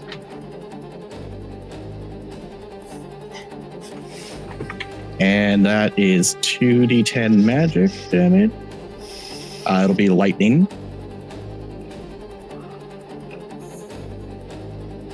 So that is 13 magic damage. 13 magic damage is major damage. So that's 2 more hit points. Tell me how this happens. How do you launch this lightning? So my hands I'll hold up my hands, and lightning will begin to arc between the two of them and then just grow larger and larger. I'm going to hold it close to my chest, push my hands out, and the lightning, basically a bolt of lightning will go towards it, hit it, and then just crackle all around it and kind of explode around him. As it's lurching over Throg after just being hit, it lets out a roar, and as it does it, this bolt of lightning hits it, and it's just frantically sort of swiping at nothing as this lightning is wrapping around it. And that was a success, so Spotlight is still yours. If it's okay, I would like, can I move within melee range of the creature? I think that's probably a little far. You're going to have to do a agility roll to get that far. You are currently 10 tiles away. It's about 50 feet. Okay, so I have a question. Yeah. If I do the agility roll, is that movement going to take up my action in D&D speak? There is no set amount of actions. It's just a movement. You can continue. The only thing you need to be aware of is that the more rolls you do, the more chance it is to come back to me. Okay. Yeah, if you fail your movement or roll it with fear, it goes to him before you can do your next right action, kind of thing. Okay, understood. Okay. I am gonna make the agility roll. Okay. I rolled a 16 with fear. Give me that fear. All right, so you make it as you roll down using your telekinesis pushing. You roll through. It's a bit of a bumpy ride. You come you come all the way through as you're clack, clack, clack, clack, clack, clack. In the surprise and the shock of it, as you get approaching this thing, it sees your approach because it's so loud, and it wails its head around at you. And in that shock of this monster's face in your face, you take a stress. Okay. I shall take a stress. And can I still cast a spell? You cannot because you rolled with fear. Okay, got you. I got you. So I'm going to spend a fear to bring this guy into play. Oh, that's fun. Great, thanks. So this other stony figure moves to the top of the stairs. Can you zoom in on that one? Okay, cool. I don't like this. I spent my fear on that. I will spend another fear to keep him active, and he is going to perform his tormented scream. He's going to mark a stress to cause all the PCs within far range to make a presence roll, DC of 13. If you fail, you lose a hope, and I gain a fear for each failure. Targets who succeed must mark a stress. So roll.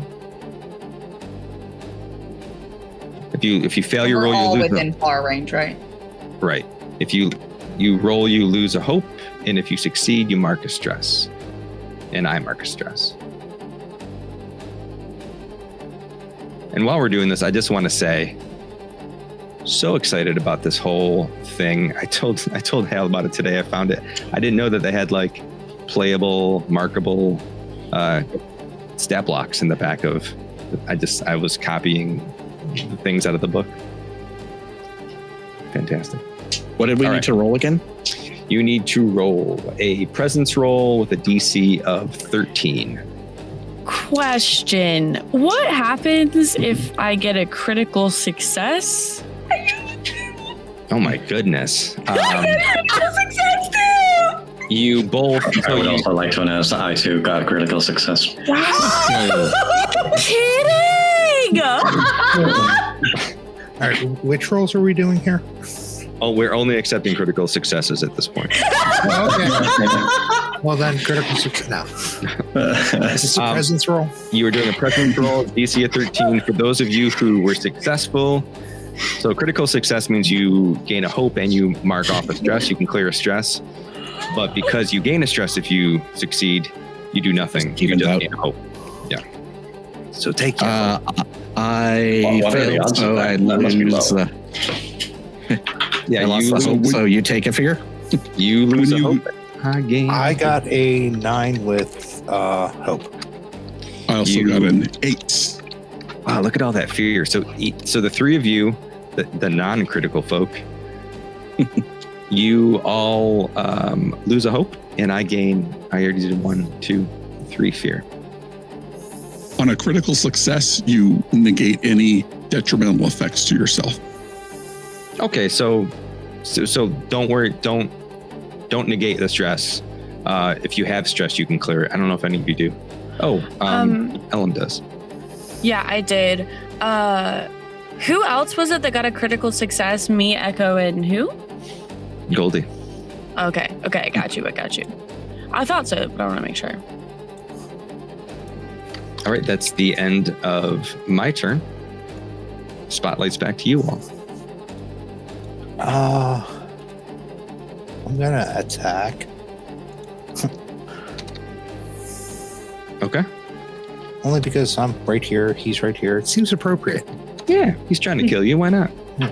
No one's helping Oleg, just laying on the ground back there. I kind of am, but I can't do anything yet. Okay. You're helping him by protecting him. I got you. Yeah. Standing in front of him with a shield.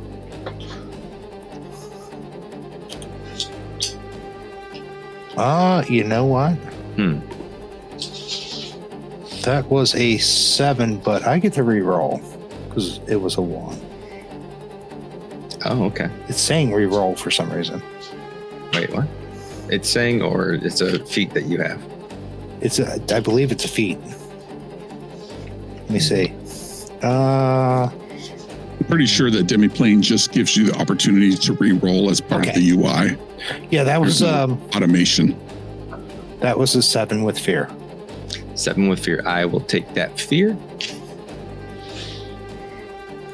So as you, let me see here.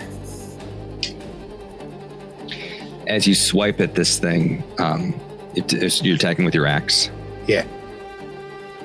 As you attack with your axe and you take a swipe at it and it sort of just moves out of its way, it gives you a swift kick, doing a counter attack. It's going to roll. Oh, yeah, I'm trying to do it over there. 10. Does 10 hit your evasion? Yes. Oof. My evasion's 8. So it's going to kick you for 12 points. That puts me in major damage then. And it's going to knock you down.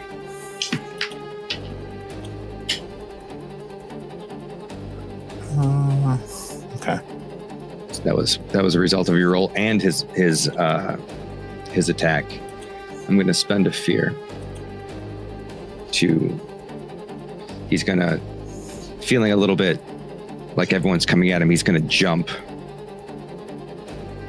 to the other side, to the open way, but still look back. I love when it shakes when I drop it. All right, spotlight's back to you. Echo hasn't been yet. Either his helm.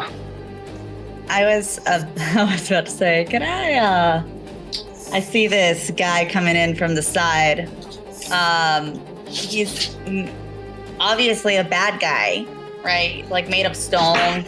He's snarling. Sort of walking very similarly. They're very similar in appearance. I do not want it to get closer to me. So who's to tell? I am. What? Who's to tell if it's a bad guy?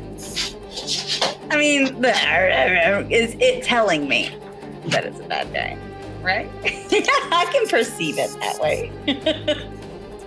I'm seeing the big dude hopping around and this little guy coming in. I think I'm just gonna move down the. By the way, I am flying. It goes flying because I started flying whenever I went to Ellum to try to see if I was gonna lift Ellum up, and I never stopped flying. All right. So, I want to just kind of move away from it. So, like, I don't want. I'm not trying to move farther than whatever my movement would be within this action. So I'm just going to kind of move along the path, kind of where I am. I don't want to go up or down. I just want to walk along this to way? the edges. Yeah. How far you want to go? Just to the 6th? Yeah, right just there? to the. Yeah, there's fine right there. The 5.5 tiles. Yes, is perfect. So we are going to use Vicious Entangle on the guy that's trying to hop away from people. This guy? Okay. Yeah, because I don't want him to hop away from people. I want the people to be able to stay next to him. So I'm going to go ahead and do that to allow people to get close and him not leave again.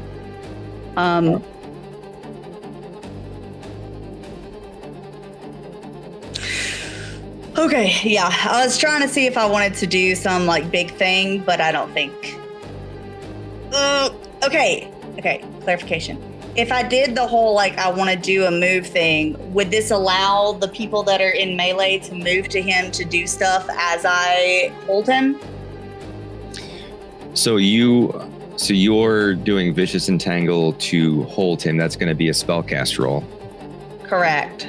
You will hold him until he uses me. I'd have to use a fear to clear the condition of restraint. So if you did that, if you were successful, the spotlight would still be with you, so people could attack. Okay, I meant okay. So I'll remove my hope, and then I will roll. I'm sorry, unless if what you're asking was, can you spend 3 hope to do a tag team working? Yes, your I'm assuming entangle? I would spend 4 hope. I'm assuming because of the Vicious Entangle. Well, I would say that. I would. Oh wait, sorry. That's a success. Never mind. I'm not using the hope for that. That's for the additional thing. If there's someone next to it, ignore that. Yeah. So. But yes. So. Just if you want to do a tag team roll with the spell, you can. Somebody would have to do it with you, and then you'd have to tell me how this works. Because the goal of the tag team is to make it to where he can't get away from people. So I was hoping that like people could move in to attack like as I'm like, all right, go now, and I like attack, and entangle him. Who would like to do that. it? Who would like to tag team with you with Echo? I'll do it. All right, here's Helm. I think as Echo's getting ready, Hal ducks into the shadows, and I want to mark a stress and use Shadow Step. Okay. To appear in his shadow. And as I appear cloaked. And then as she casts her spell, I'm going to stab him with my rapier. Here? Oh, that's cool. That's a little too close, huh? I'm trying to put Under him. You're in a shadow. You just wanted to see the bounce again. Boom. Yeah, right. All right, so you shadow step, you spend a hope, you disappear in the shadow here, you come up right beside this big hulking beast. So I need spend 3 hope for Echo. I need, so you're both going to do attack rolls. So you do a spell casting roll, Hallam will do an attack roll, and you two can pick which one you like the best. Cool. Well, mine is an 11 it's a 13 with fear. Okay, 13 that. with fear. It is higher than mine. What's yours? It is a 1, 2, 3, 4, 5, 6, 7, 8 with hope. Oh, I spend a prayer dice to give you a +4 to your hope roll. You said it was 7? 1, 2, 3, 4, 5, 6, 7, 8, 9, 10. Sorry. My math. I didn't count my +3 on the hope dice. That's 3 and a 2. Okay, so +1 +4. So if Oleg uses a prayer die to give you +4, that takes you to 14, right? With hope. With hope. That would be enough. Yeah. That would hit that difficulty of 13. So do you guys want to do that? Yeah. All right, explain to me how you're going to do it. All right, so Echo calls out, "Get ready!" and does that. I didn't do it in his voice. Hold on, I don't know how to do stressed out and telling people that they need to attack in Echo's voice. Hold on. This will be No, I can't do it. Hold on. Get ready. And there are vines and roots that split the stones beneath and start wrapping around the legs and up the torso and around the extra appendages and just kind of like holds in place for my thing. And then Hal will appear in this person's shadow, and he will probably whisper to him and say, "I am not cleaning the office again," and he will stab him in the side. So as these vines wrap up this monster, and this Qatari panther appears in the shadows and starts stabbing, make your attack rolls. Damage rolls, you mean? Damage rolls. I'm sorry. Yes, thank you. All right, I get a sneak attack on this because I'm 4. 1, 2, 3, 4, 5, 6, 7. 4 + 7. Is that with your sneak attack? Yes. Oh, okay. Yes, D8 + C6. Yes. Okay, so 11 takes it to major damage. So that's another. I'm looking at the wrong thing, but it's still. So you mark another 2 stress. You both get that, not stress, hit points. You both take a hope from that, and the spotlight is still with you. It's okay. I'd like Oleg to stand up and move into attack. If it's okay with everybody, can I get off the ground? Yeah. Oleg pops up. And you want to move to attack? Yes. All right, so you are within melee range or melee range. I don't know why I can't ever get that right the first time. I'm rolling terribly. That's 3.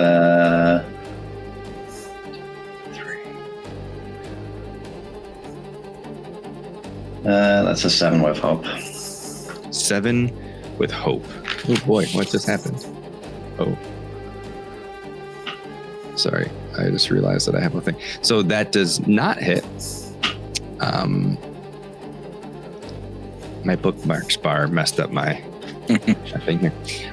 So that doesn't hit. I'm sorry, you said with hope? With hope. Okay.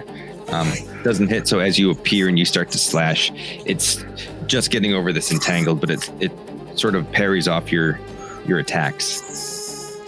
And it is going to...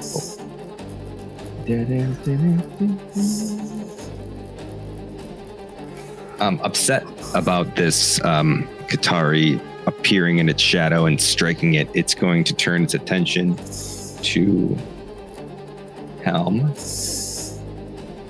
Can I hit more than one person with this? What range? Oh, I'm sorry. I actually... Wow. Okay. I missed a feature. Whenever this adversary takes major or greater, they mark an additional HP. But he's still kicking. So What range are Hal and Oleg in from me? From you? Yes. They are pretty. They're close. They're 3 tiles away, so they're within very close range. Okay.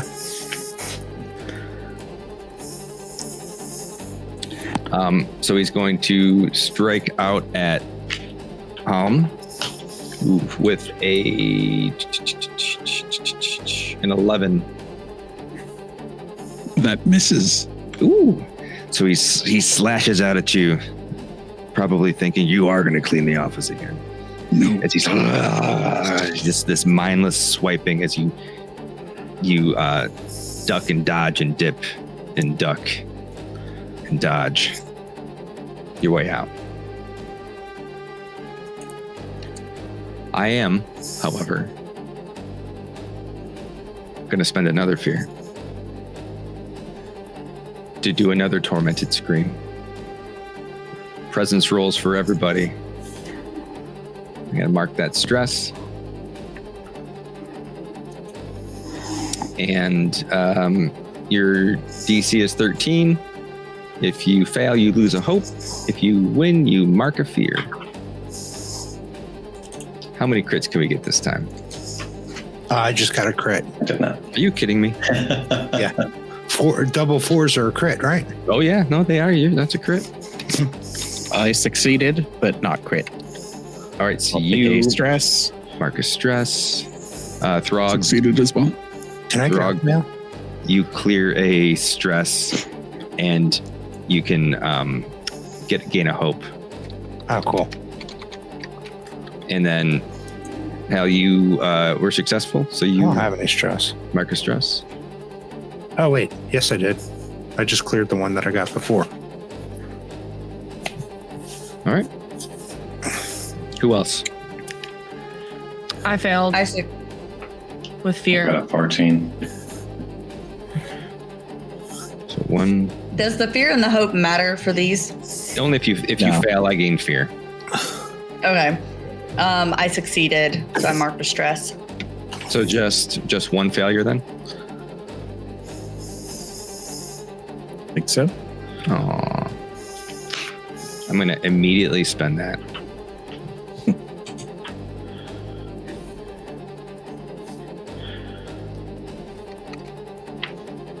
And activate this guy. Oop.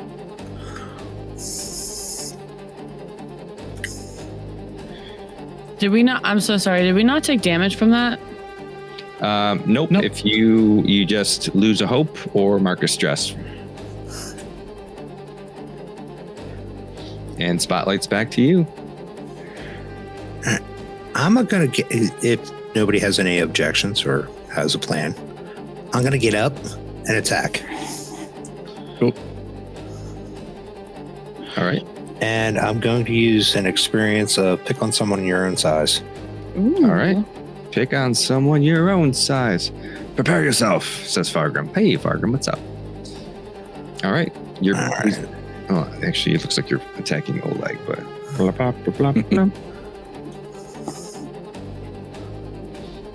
Plus 2. Tell me what you got. That would be a 19 with hope. Ooh, 19 definitely hits. Take the hope. And now my damage is...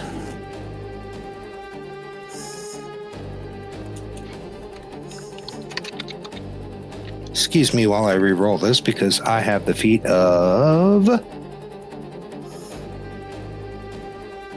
the hell is it? I get to re-roll 1s and 2s. Oh, nice. Yeah, not good enough ability. You can re-roll Nice. any 1s and 2s. Oh, so that's what the 1 was before. Yeah. Oh, cool.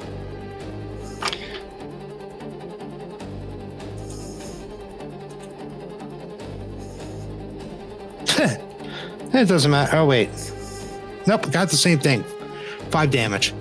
5 damage is still minor damage. Oh. How would you like to do this? I would like to push himself off. Or like he pushes himself off the ground. And he just snorts like any other wild orc would. His eyes go from that friendly pink light to that red light. And he stalks very slowly towards this crystalline menagerie creature. If Oleg is look back and seeing the movement, he might actually worry that the orc has turned. He lowers his axe and golf swings right up through the center of the crystalline creature.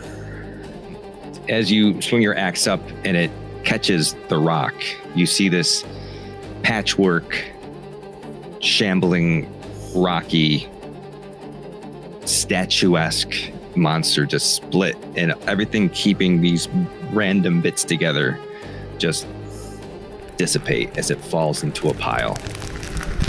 Well done. It's still to you. I am going to... Those other things, the zombie statues, they're still up? No, they're still up. Yep. I'm going to turn towards them, but I will let somebody else attack them first. Anybody have anything? I think you do, Taylor. All right, I'm going to mark a stress to get my Unleash Chaos back. All right. And same thing against the one that's closest to me. This guy over here? Yep. Oh, I'm sorry. You see that? Yep. And then I will also... I'm going to also channel raw power. Oh, no, not channel raw power. Where is it? Elementalist. I can add my lightning to either boost my attack or my damage.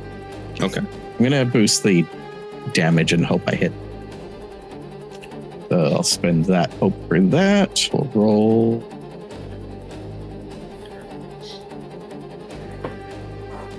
Oh, that is a 5 with hope. That will take your hope. Yep. But that misses. And let me find this thing. Let me double check real quick. Sorry. It's taking a minute to load. Yes. You said 5. That misses. Yeah, 5. And it's a failure, so it's going to go back to me. This thing is going to, seeing that this lightning shooting past it, it just sort of notices you and starts to sort of slowly walk towards you. It doesn't go any further than it's... Oh, can it make it to you? Oh, no, it can't. Hold up. It doesn't quite make it into melee range every single time. And I'm going to spend a fear to move this guy over here down. Oops.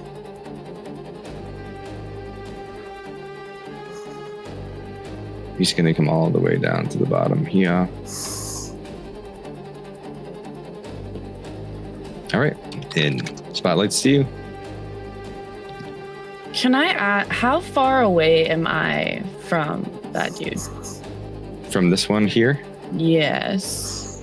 You are about 35 feet or so. So you're probably like just outside close range. Can I cross into melee range? I mean, if you roll if you roll an agility roll, you can get there. Yeah, I'm not doing that again. I mean, you're just about there. Actually, if I drop you here, you're just about there. I think it's just because I clicked on like something closer to the center of your circle. In that case, I mean, you want to do that. I do want to do that because I would like to attack him with an ability that I have. It's a Book of Typhar ability called Wild Flame. Okay. We don't have. Yeah, I don't have multiple targets here, so I'm going to make a spell cast roll. So, quick question. Mm-hmm. My spellcast roll overall with my wheelchair as my primary weapon is +3. But under this ability, it says my spellcast roll is +2 for this. Is that so? I mean, that's weird. So what it is that when you're attacking with your arcane frame, yeah, it gives you +1 to attack rolls. So if you're using your wheelchair as a weapon to attack, you get an additional +1 to your spell casting modifier. So that's where that 3 comes from. But if you're just making a spell cast, if you're just casting a spell separate, you only get your... Okay. Yeah. That makes sense. Okay, cool. Okay. I will make a spellcast roll with my natural thingamajig. Okay. I rolled an 8 with hope. An 8 is enough. Is it? It is. Roll your damage. All right. So you're going to have to mark a stress. Wait. Target succeed against it. Wait, I'm confused. I think I have to mark a stress. But it's weird. It says targets you succeed against take 2d6 magic damage and must mark a stress. Oh, so you do as flame. Yeah. So you do mark a stress. Okay. So I'm gonna roll I'm gonna mark a stress because you succeeded, and let me know what the damage is gonna be. Yep. I'm confused. Don't be confused. 2d6. So it was a 10. Yeah, it was a 10 damage total.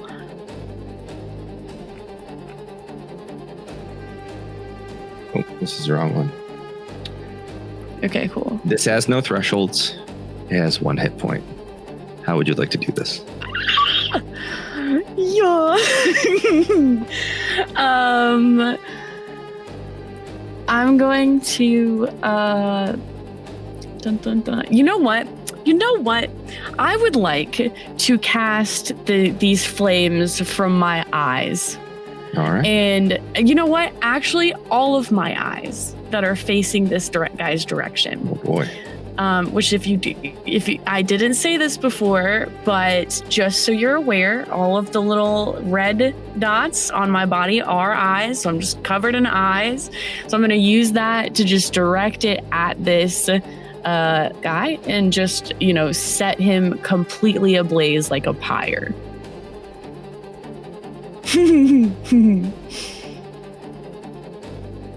Nice. That's awesome. fun. Bam. There. So as this flame shoots out of all of your various eyes, even them on your hands, as flames just envelop this slow moving stone structure, it just burns, and as it crisps and blackens, you see chunks begin to fall. Its jaw until it just crumbles into a pile. Cool. You did. Boom. He did. You did. All right, you guys are killing it. Ha. One left. How far away am I from this creature?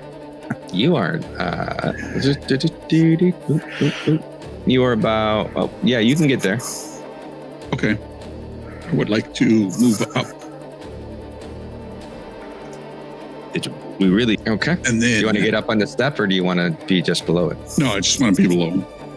And attempt to stab him with my rapier. Stab him. All right. Stabby stab. Let's roll. That is 8, 9. Oh. You hit him. Kind of in this space, there was like this void that was trying to like. Or 8 damage. He's a goner. How do you want to do it? How do you view it happening? A sun and a moon. I think I just run forward, seeing this giant creature, and then he dabs forward, and the creature crumbles over, and bones hit the ground. And he looks back to the group, and he kind of shrugs. That's not what I thought was going to happen. But as you just is everybody okay? As you hit this statue with your knife, it just totally gives way to it. Just folds, and it just lands, breaks in half, and just snaps, and it just is laying there in a pile of rubble stuff. Let's go. Nice. And you did it. Well done. We did you survived it. your first round of combat. It was not a total party kill. So excited. Woo! Good job, We guys. did it. So as you finish off the last of these zombies, we're almost done, I swear. You suddenly hear this voice echoing through the halls. It's in your head, but it's everywhere. And you just hear, okay, well, how about this? And you just have this rush of white light, windy, spiraling around you. And then suddenly, as you're all standing there in your offensive positions, just on guard, you're in this huge space, just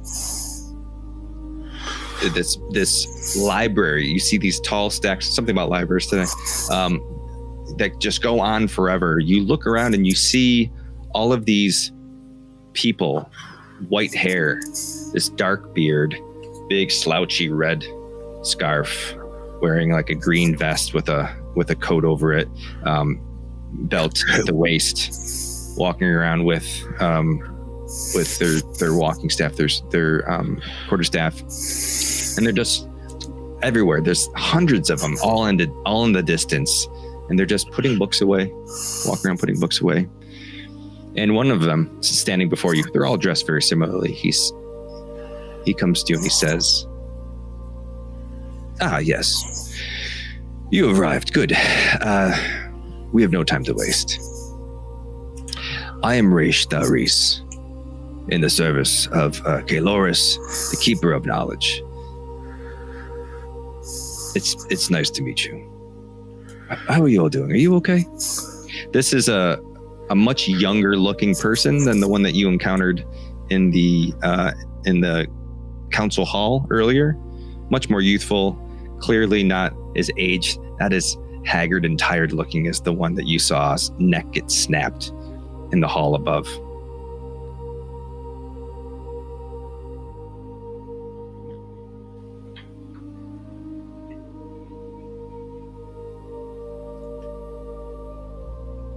You have That is so confusing. I think I could away to this new place. Can I ask, what would Elend know anything about the magic that Raish is using, or his connection with the Keeper of Knowledge, having, obviously had a history with all of these things, especially apparently having known him, which so what could I possibly know about this? Give me a knowledge check, a knowledge roll. Do we still say check in Daggerheart? I don't know. Give me a knowledge roll. Can I also spend a hope to use my experience for mind museums? Okay. You may. So, what? I'm gonna make a knowledge roll with +4 with my knowledge +2 and my experience +2. And I rolled a 15 with fear. I'm gonna take that fear. You recognize the magic that he used to whisk you away. It wasn't anything too divine. It was a kind of a basic spell, something you have experienced before.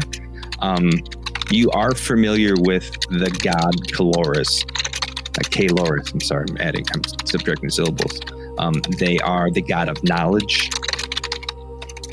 You've definitely come across writings about this particular god, and all of you're very long lived, so in all of your time researching knowledge magics, you are familiar with the god. You're not familiar with Raish himself, though. I acknowledge that he said it's good to see you again. That was the older Raish. This is a much younger Raish.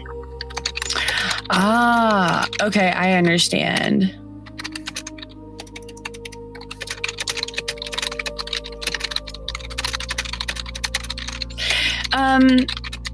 With my experience, not giving too much away to all of our audience here, but with my experience in terms of age and time in, from my history, would I know or understand anything about the older versus the younger versions of him? You would have,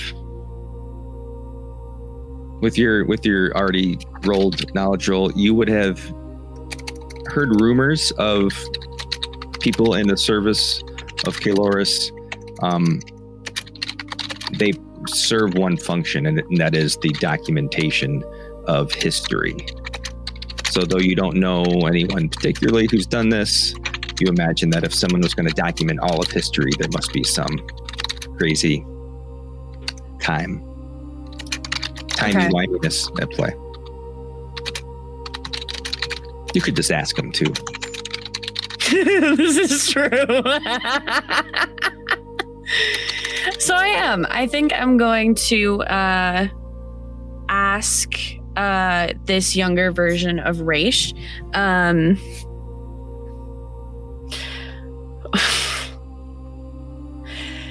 You are young, but the previous version of you was old and claimed to have encountered me before.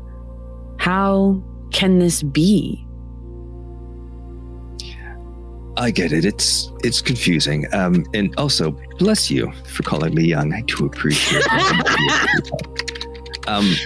Yeah, so I'm meeting you now. Hi, I'm Raish. What's your name?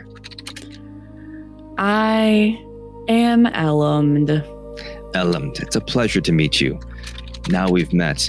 The person who you spoke to earlier is me, but in a very, very distant future. Look around. These are all me. Time flows differently for me in the service of Kaloris. I have to go out and attempt to document all of Arendor's history. I've been to the Dawnfire and, well, I'm not quite through the Dawnfire yet. These are all different versions of me at some point in time in my timeline, but I jump around. It's never linear. So I've met you now. We've had a conversation. The future me, I realize didn't end well for him, but the future me had already had this experience. So I hope that clears this up a little bit. So when Kaloris calls, I answer, no matter what the time is, the past, the present, or the far off future. That's why you see me now, and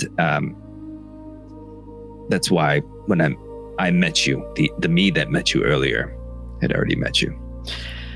Then what is your function in this moment in time as an ally to... And Ellum, well, no, never mind. Ellum has eyes everywhere. And Ellum says, in this moment in time, to all of us, what service has brought us together? Well, that is an excellent question. You are quite astute, aren't you? Things did not go well. I think we can all agree. The gods chose some champions. Those champions are all dead. You have been marked.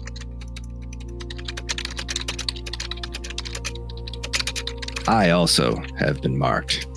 And I'm also dead.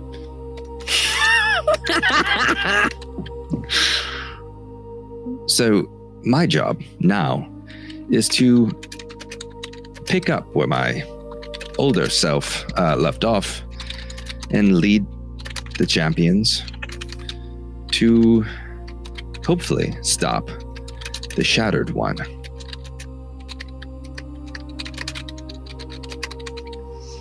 Is this all of the yous? Like, I mean, are there more of yous out there, or is this all of you? I have no idea, if I'm being honest. Huh. There's a lot, yes.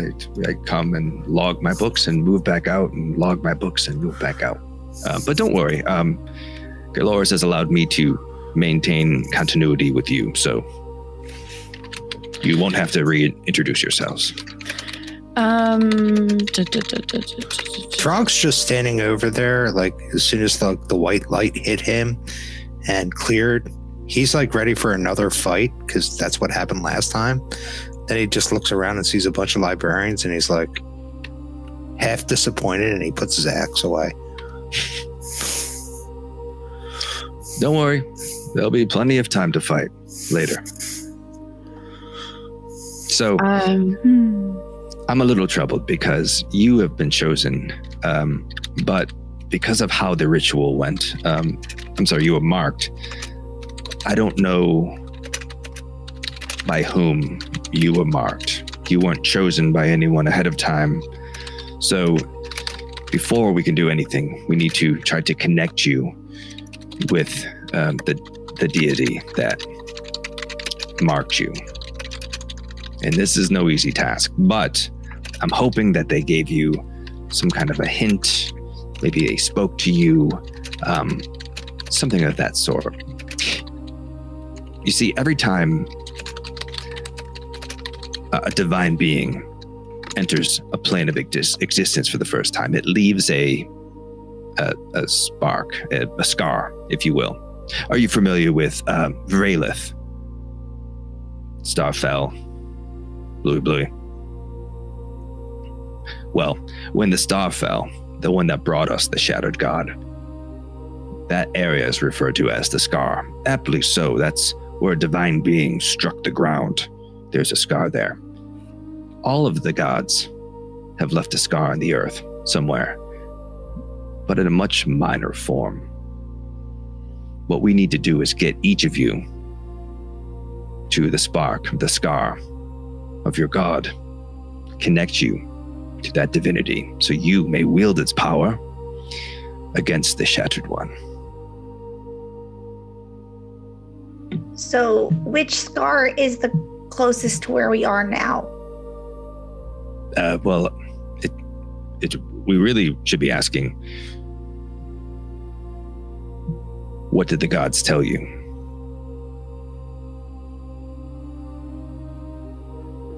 Did anyone hear a god, hear a voice, see a vision? I mean, I was kind of in this space. There was like this void that was trying to like pull me in, like a a black hole Okay. when I got hit. But there was like a sun and a moon spiraling each other. Interesting. Anyone else?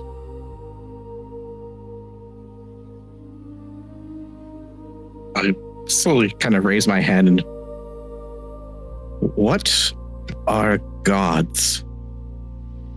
Oh, they're celestial beings who come to planes and pretend they own stuff. It's all-powerful beings that use us as playthings.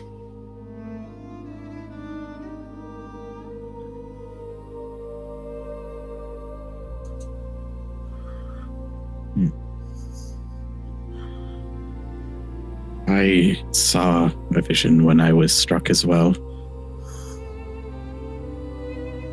2 small cat people, one, I believe, chasing the other. And then spoke to a parental figure. And then went into a room where it went dark.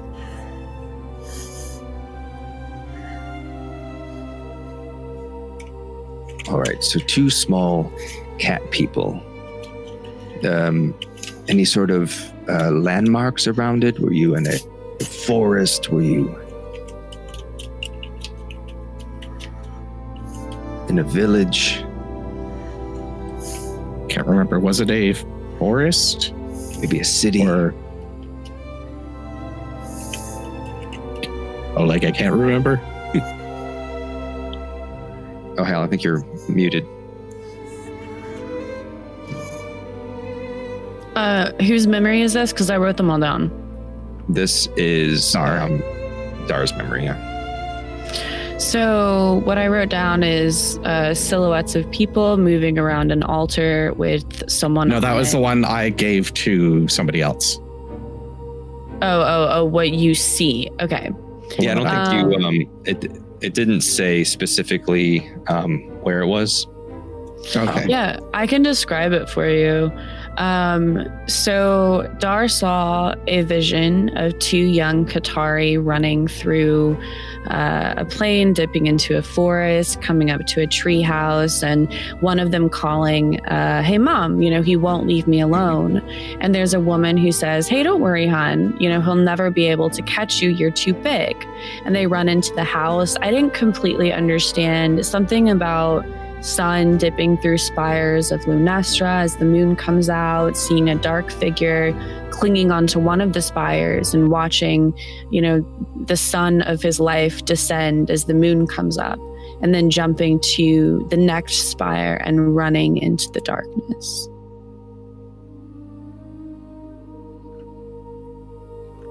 It was in a forest, then into a treehouse.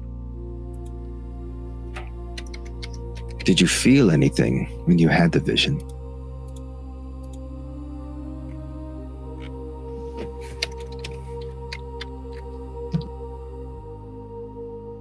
I felt when they got to the treehouse, I felt comfort. And when the room went dark, fear. Fear.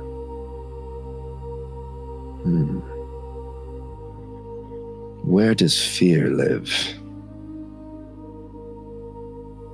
We'll put a pin in that for now. Anyone else have anything else? Physical location? We have space. We have suns and moons. Well, I'm not too sure, but when I was in whatever that was, there was a golden light that flashed and hit me in the eyes and lost my vision momentarily, but that is what I saw. And then we were here. And what did you see?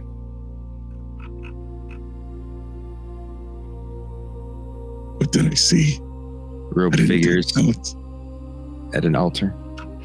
I got you. You saw dark figures that you couldn't make out any features of, and just the silhouettes of people. They're moving around an altar where someone is on it. Someone moves up, one of the silhouettes, the shadows, moves up toward the altar, draws a weapon, lifts it, and the vision cuts out. An altar. Interesting. There's plenty of altars, but the hooded figures remind me of this cult devoted to Nixarath that we've been encountering quite a bit. Perhaps the Emberhold. The Ashspire Mountains. Anyone else?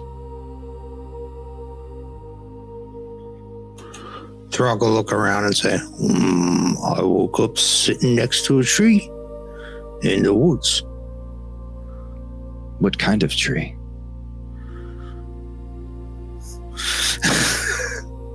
Was it a big tree? It was big tree. It was a big tree. It was wider than I was. I had my back to it. It definitely sounds like Ragos. Anyone else?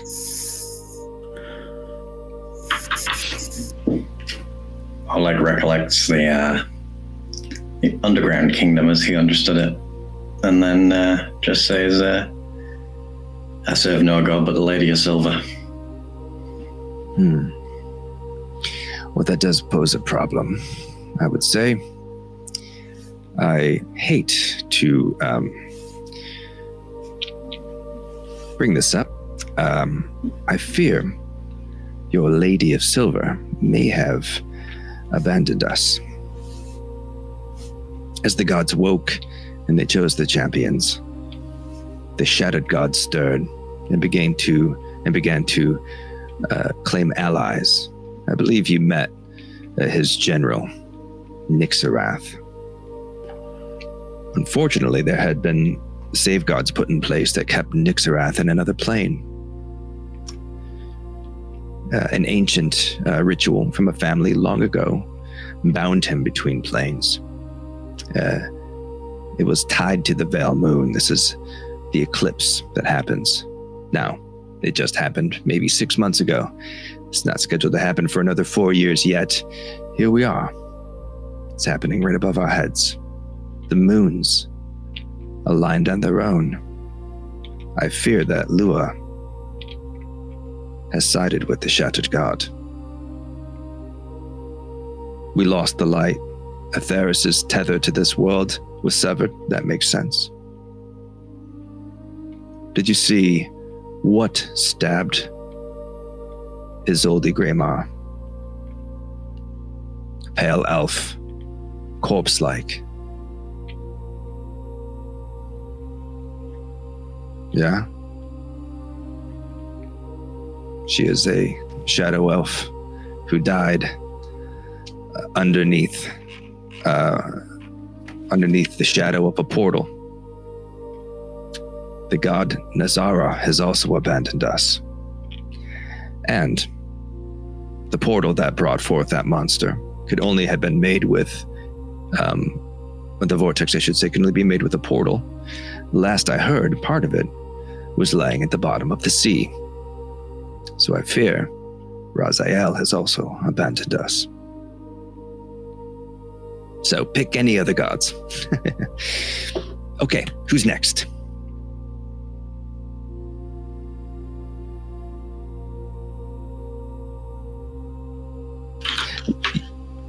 Your underground bit sounds very much like the mountains in Veltharos. The orcs had a kingdom that was mostly underground. I would suggest we check there. Ragos is another option for your trees. There is a very dense, old, ancient forest to the northern parts, just past the peaks. The young Qatari sounds like it could be Carthala, the capital. Though the fear, that is interesting.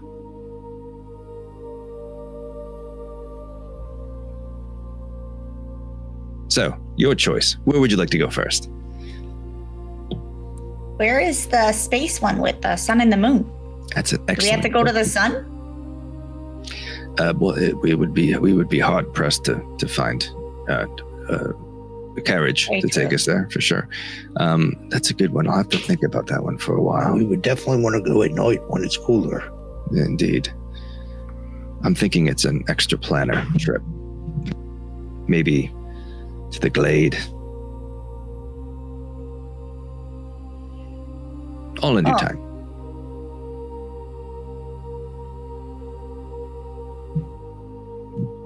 Dar, is it? He looks at Dar. Yes. You were touched by something. What do your senses tell you? And he waves his hand, and as he does it, this structure appears, this map of Vel Drannon, the continent that we're on, appears. Your instincts point you in any direction.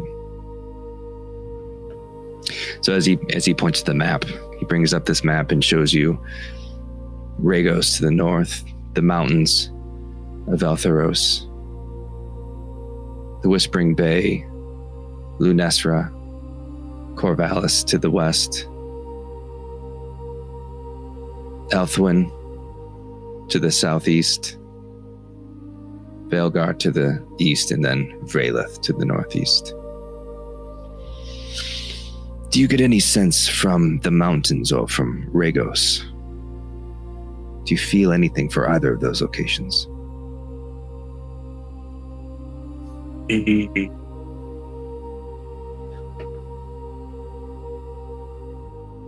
Mountains, for some reason.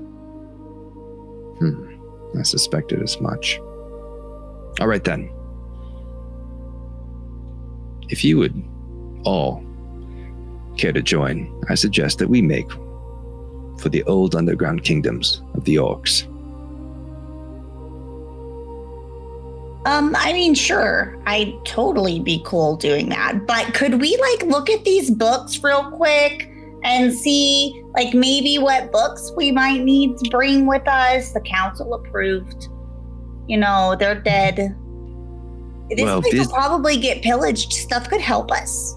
Well, this is the Celestial Library. This is the realm of Kilores. I will drop you back, though, in the library in which you fought the Council of Seven. You can pillage all those books all you'd like. I don't care much for those. This is just history. Just history. Yes. A lot. So make your way to the mountains. I can't join you. I have this thing where I get pulled through time on occasion. I will do my best to meet you there, though. Does that sound like a plan? Well, sure. You might go there right now, and then we're already there. Well, yes, it will be a fraction of an instant for me. All right, I will see you there. And he waves his hand, and you're all this whisked away, and you end up right back in the library from which you fought all of those monsters. The books are still on the wall. The relics are all still there. You have been charged with finding your way to the mountains in the center of Eltheros. And that's where we'll stop. Just one last thing before then. Oleg looks at Echo and says, Night Commander's going to kill me when I tell her I followed the butterfly. Butterflies only have 5 wings. There's 3. Follow the butterfly. All right, that's it. Thank you for hanging out. I know it's very late. I'm sorry for it being so late. I don't anticipate this happening every time. There's a lot to get through for our inciting incident. I hope you all enjoyed it as much as I did. I'm beat though. It was very fun. Awesome. All right. I'm gonna stop the stream. Yes, it was. And we will be back not next Thursday, the following Thursday, which has a date. It definitely is a day that has a number attached to it, and that number is the 28th of August for session 2. 28, is it not? What? Okay. For session 2 of The Shattered God, follow our heroes to the next step of our adventure. I hope you all have an outstanding weekend. As always, dear travelers, I'll see you in the next one. Take care.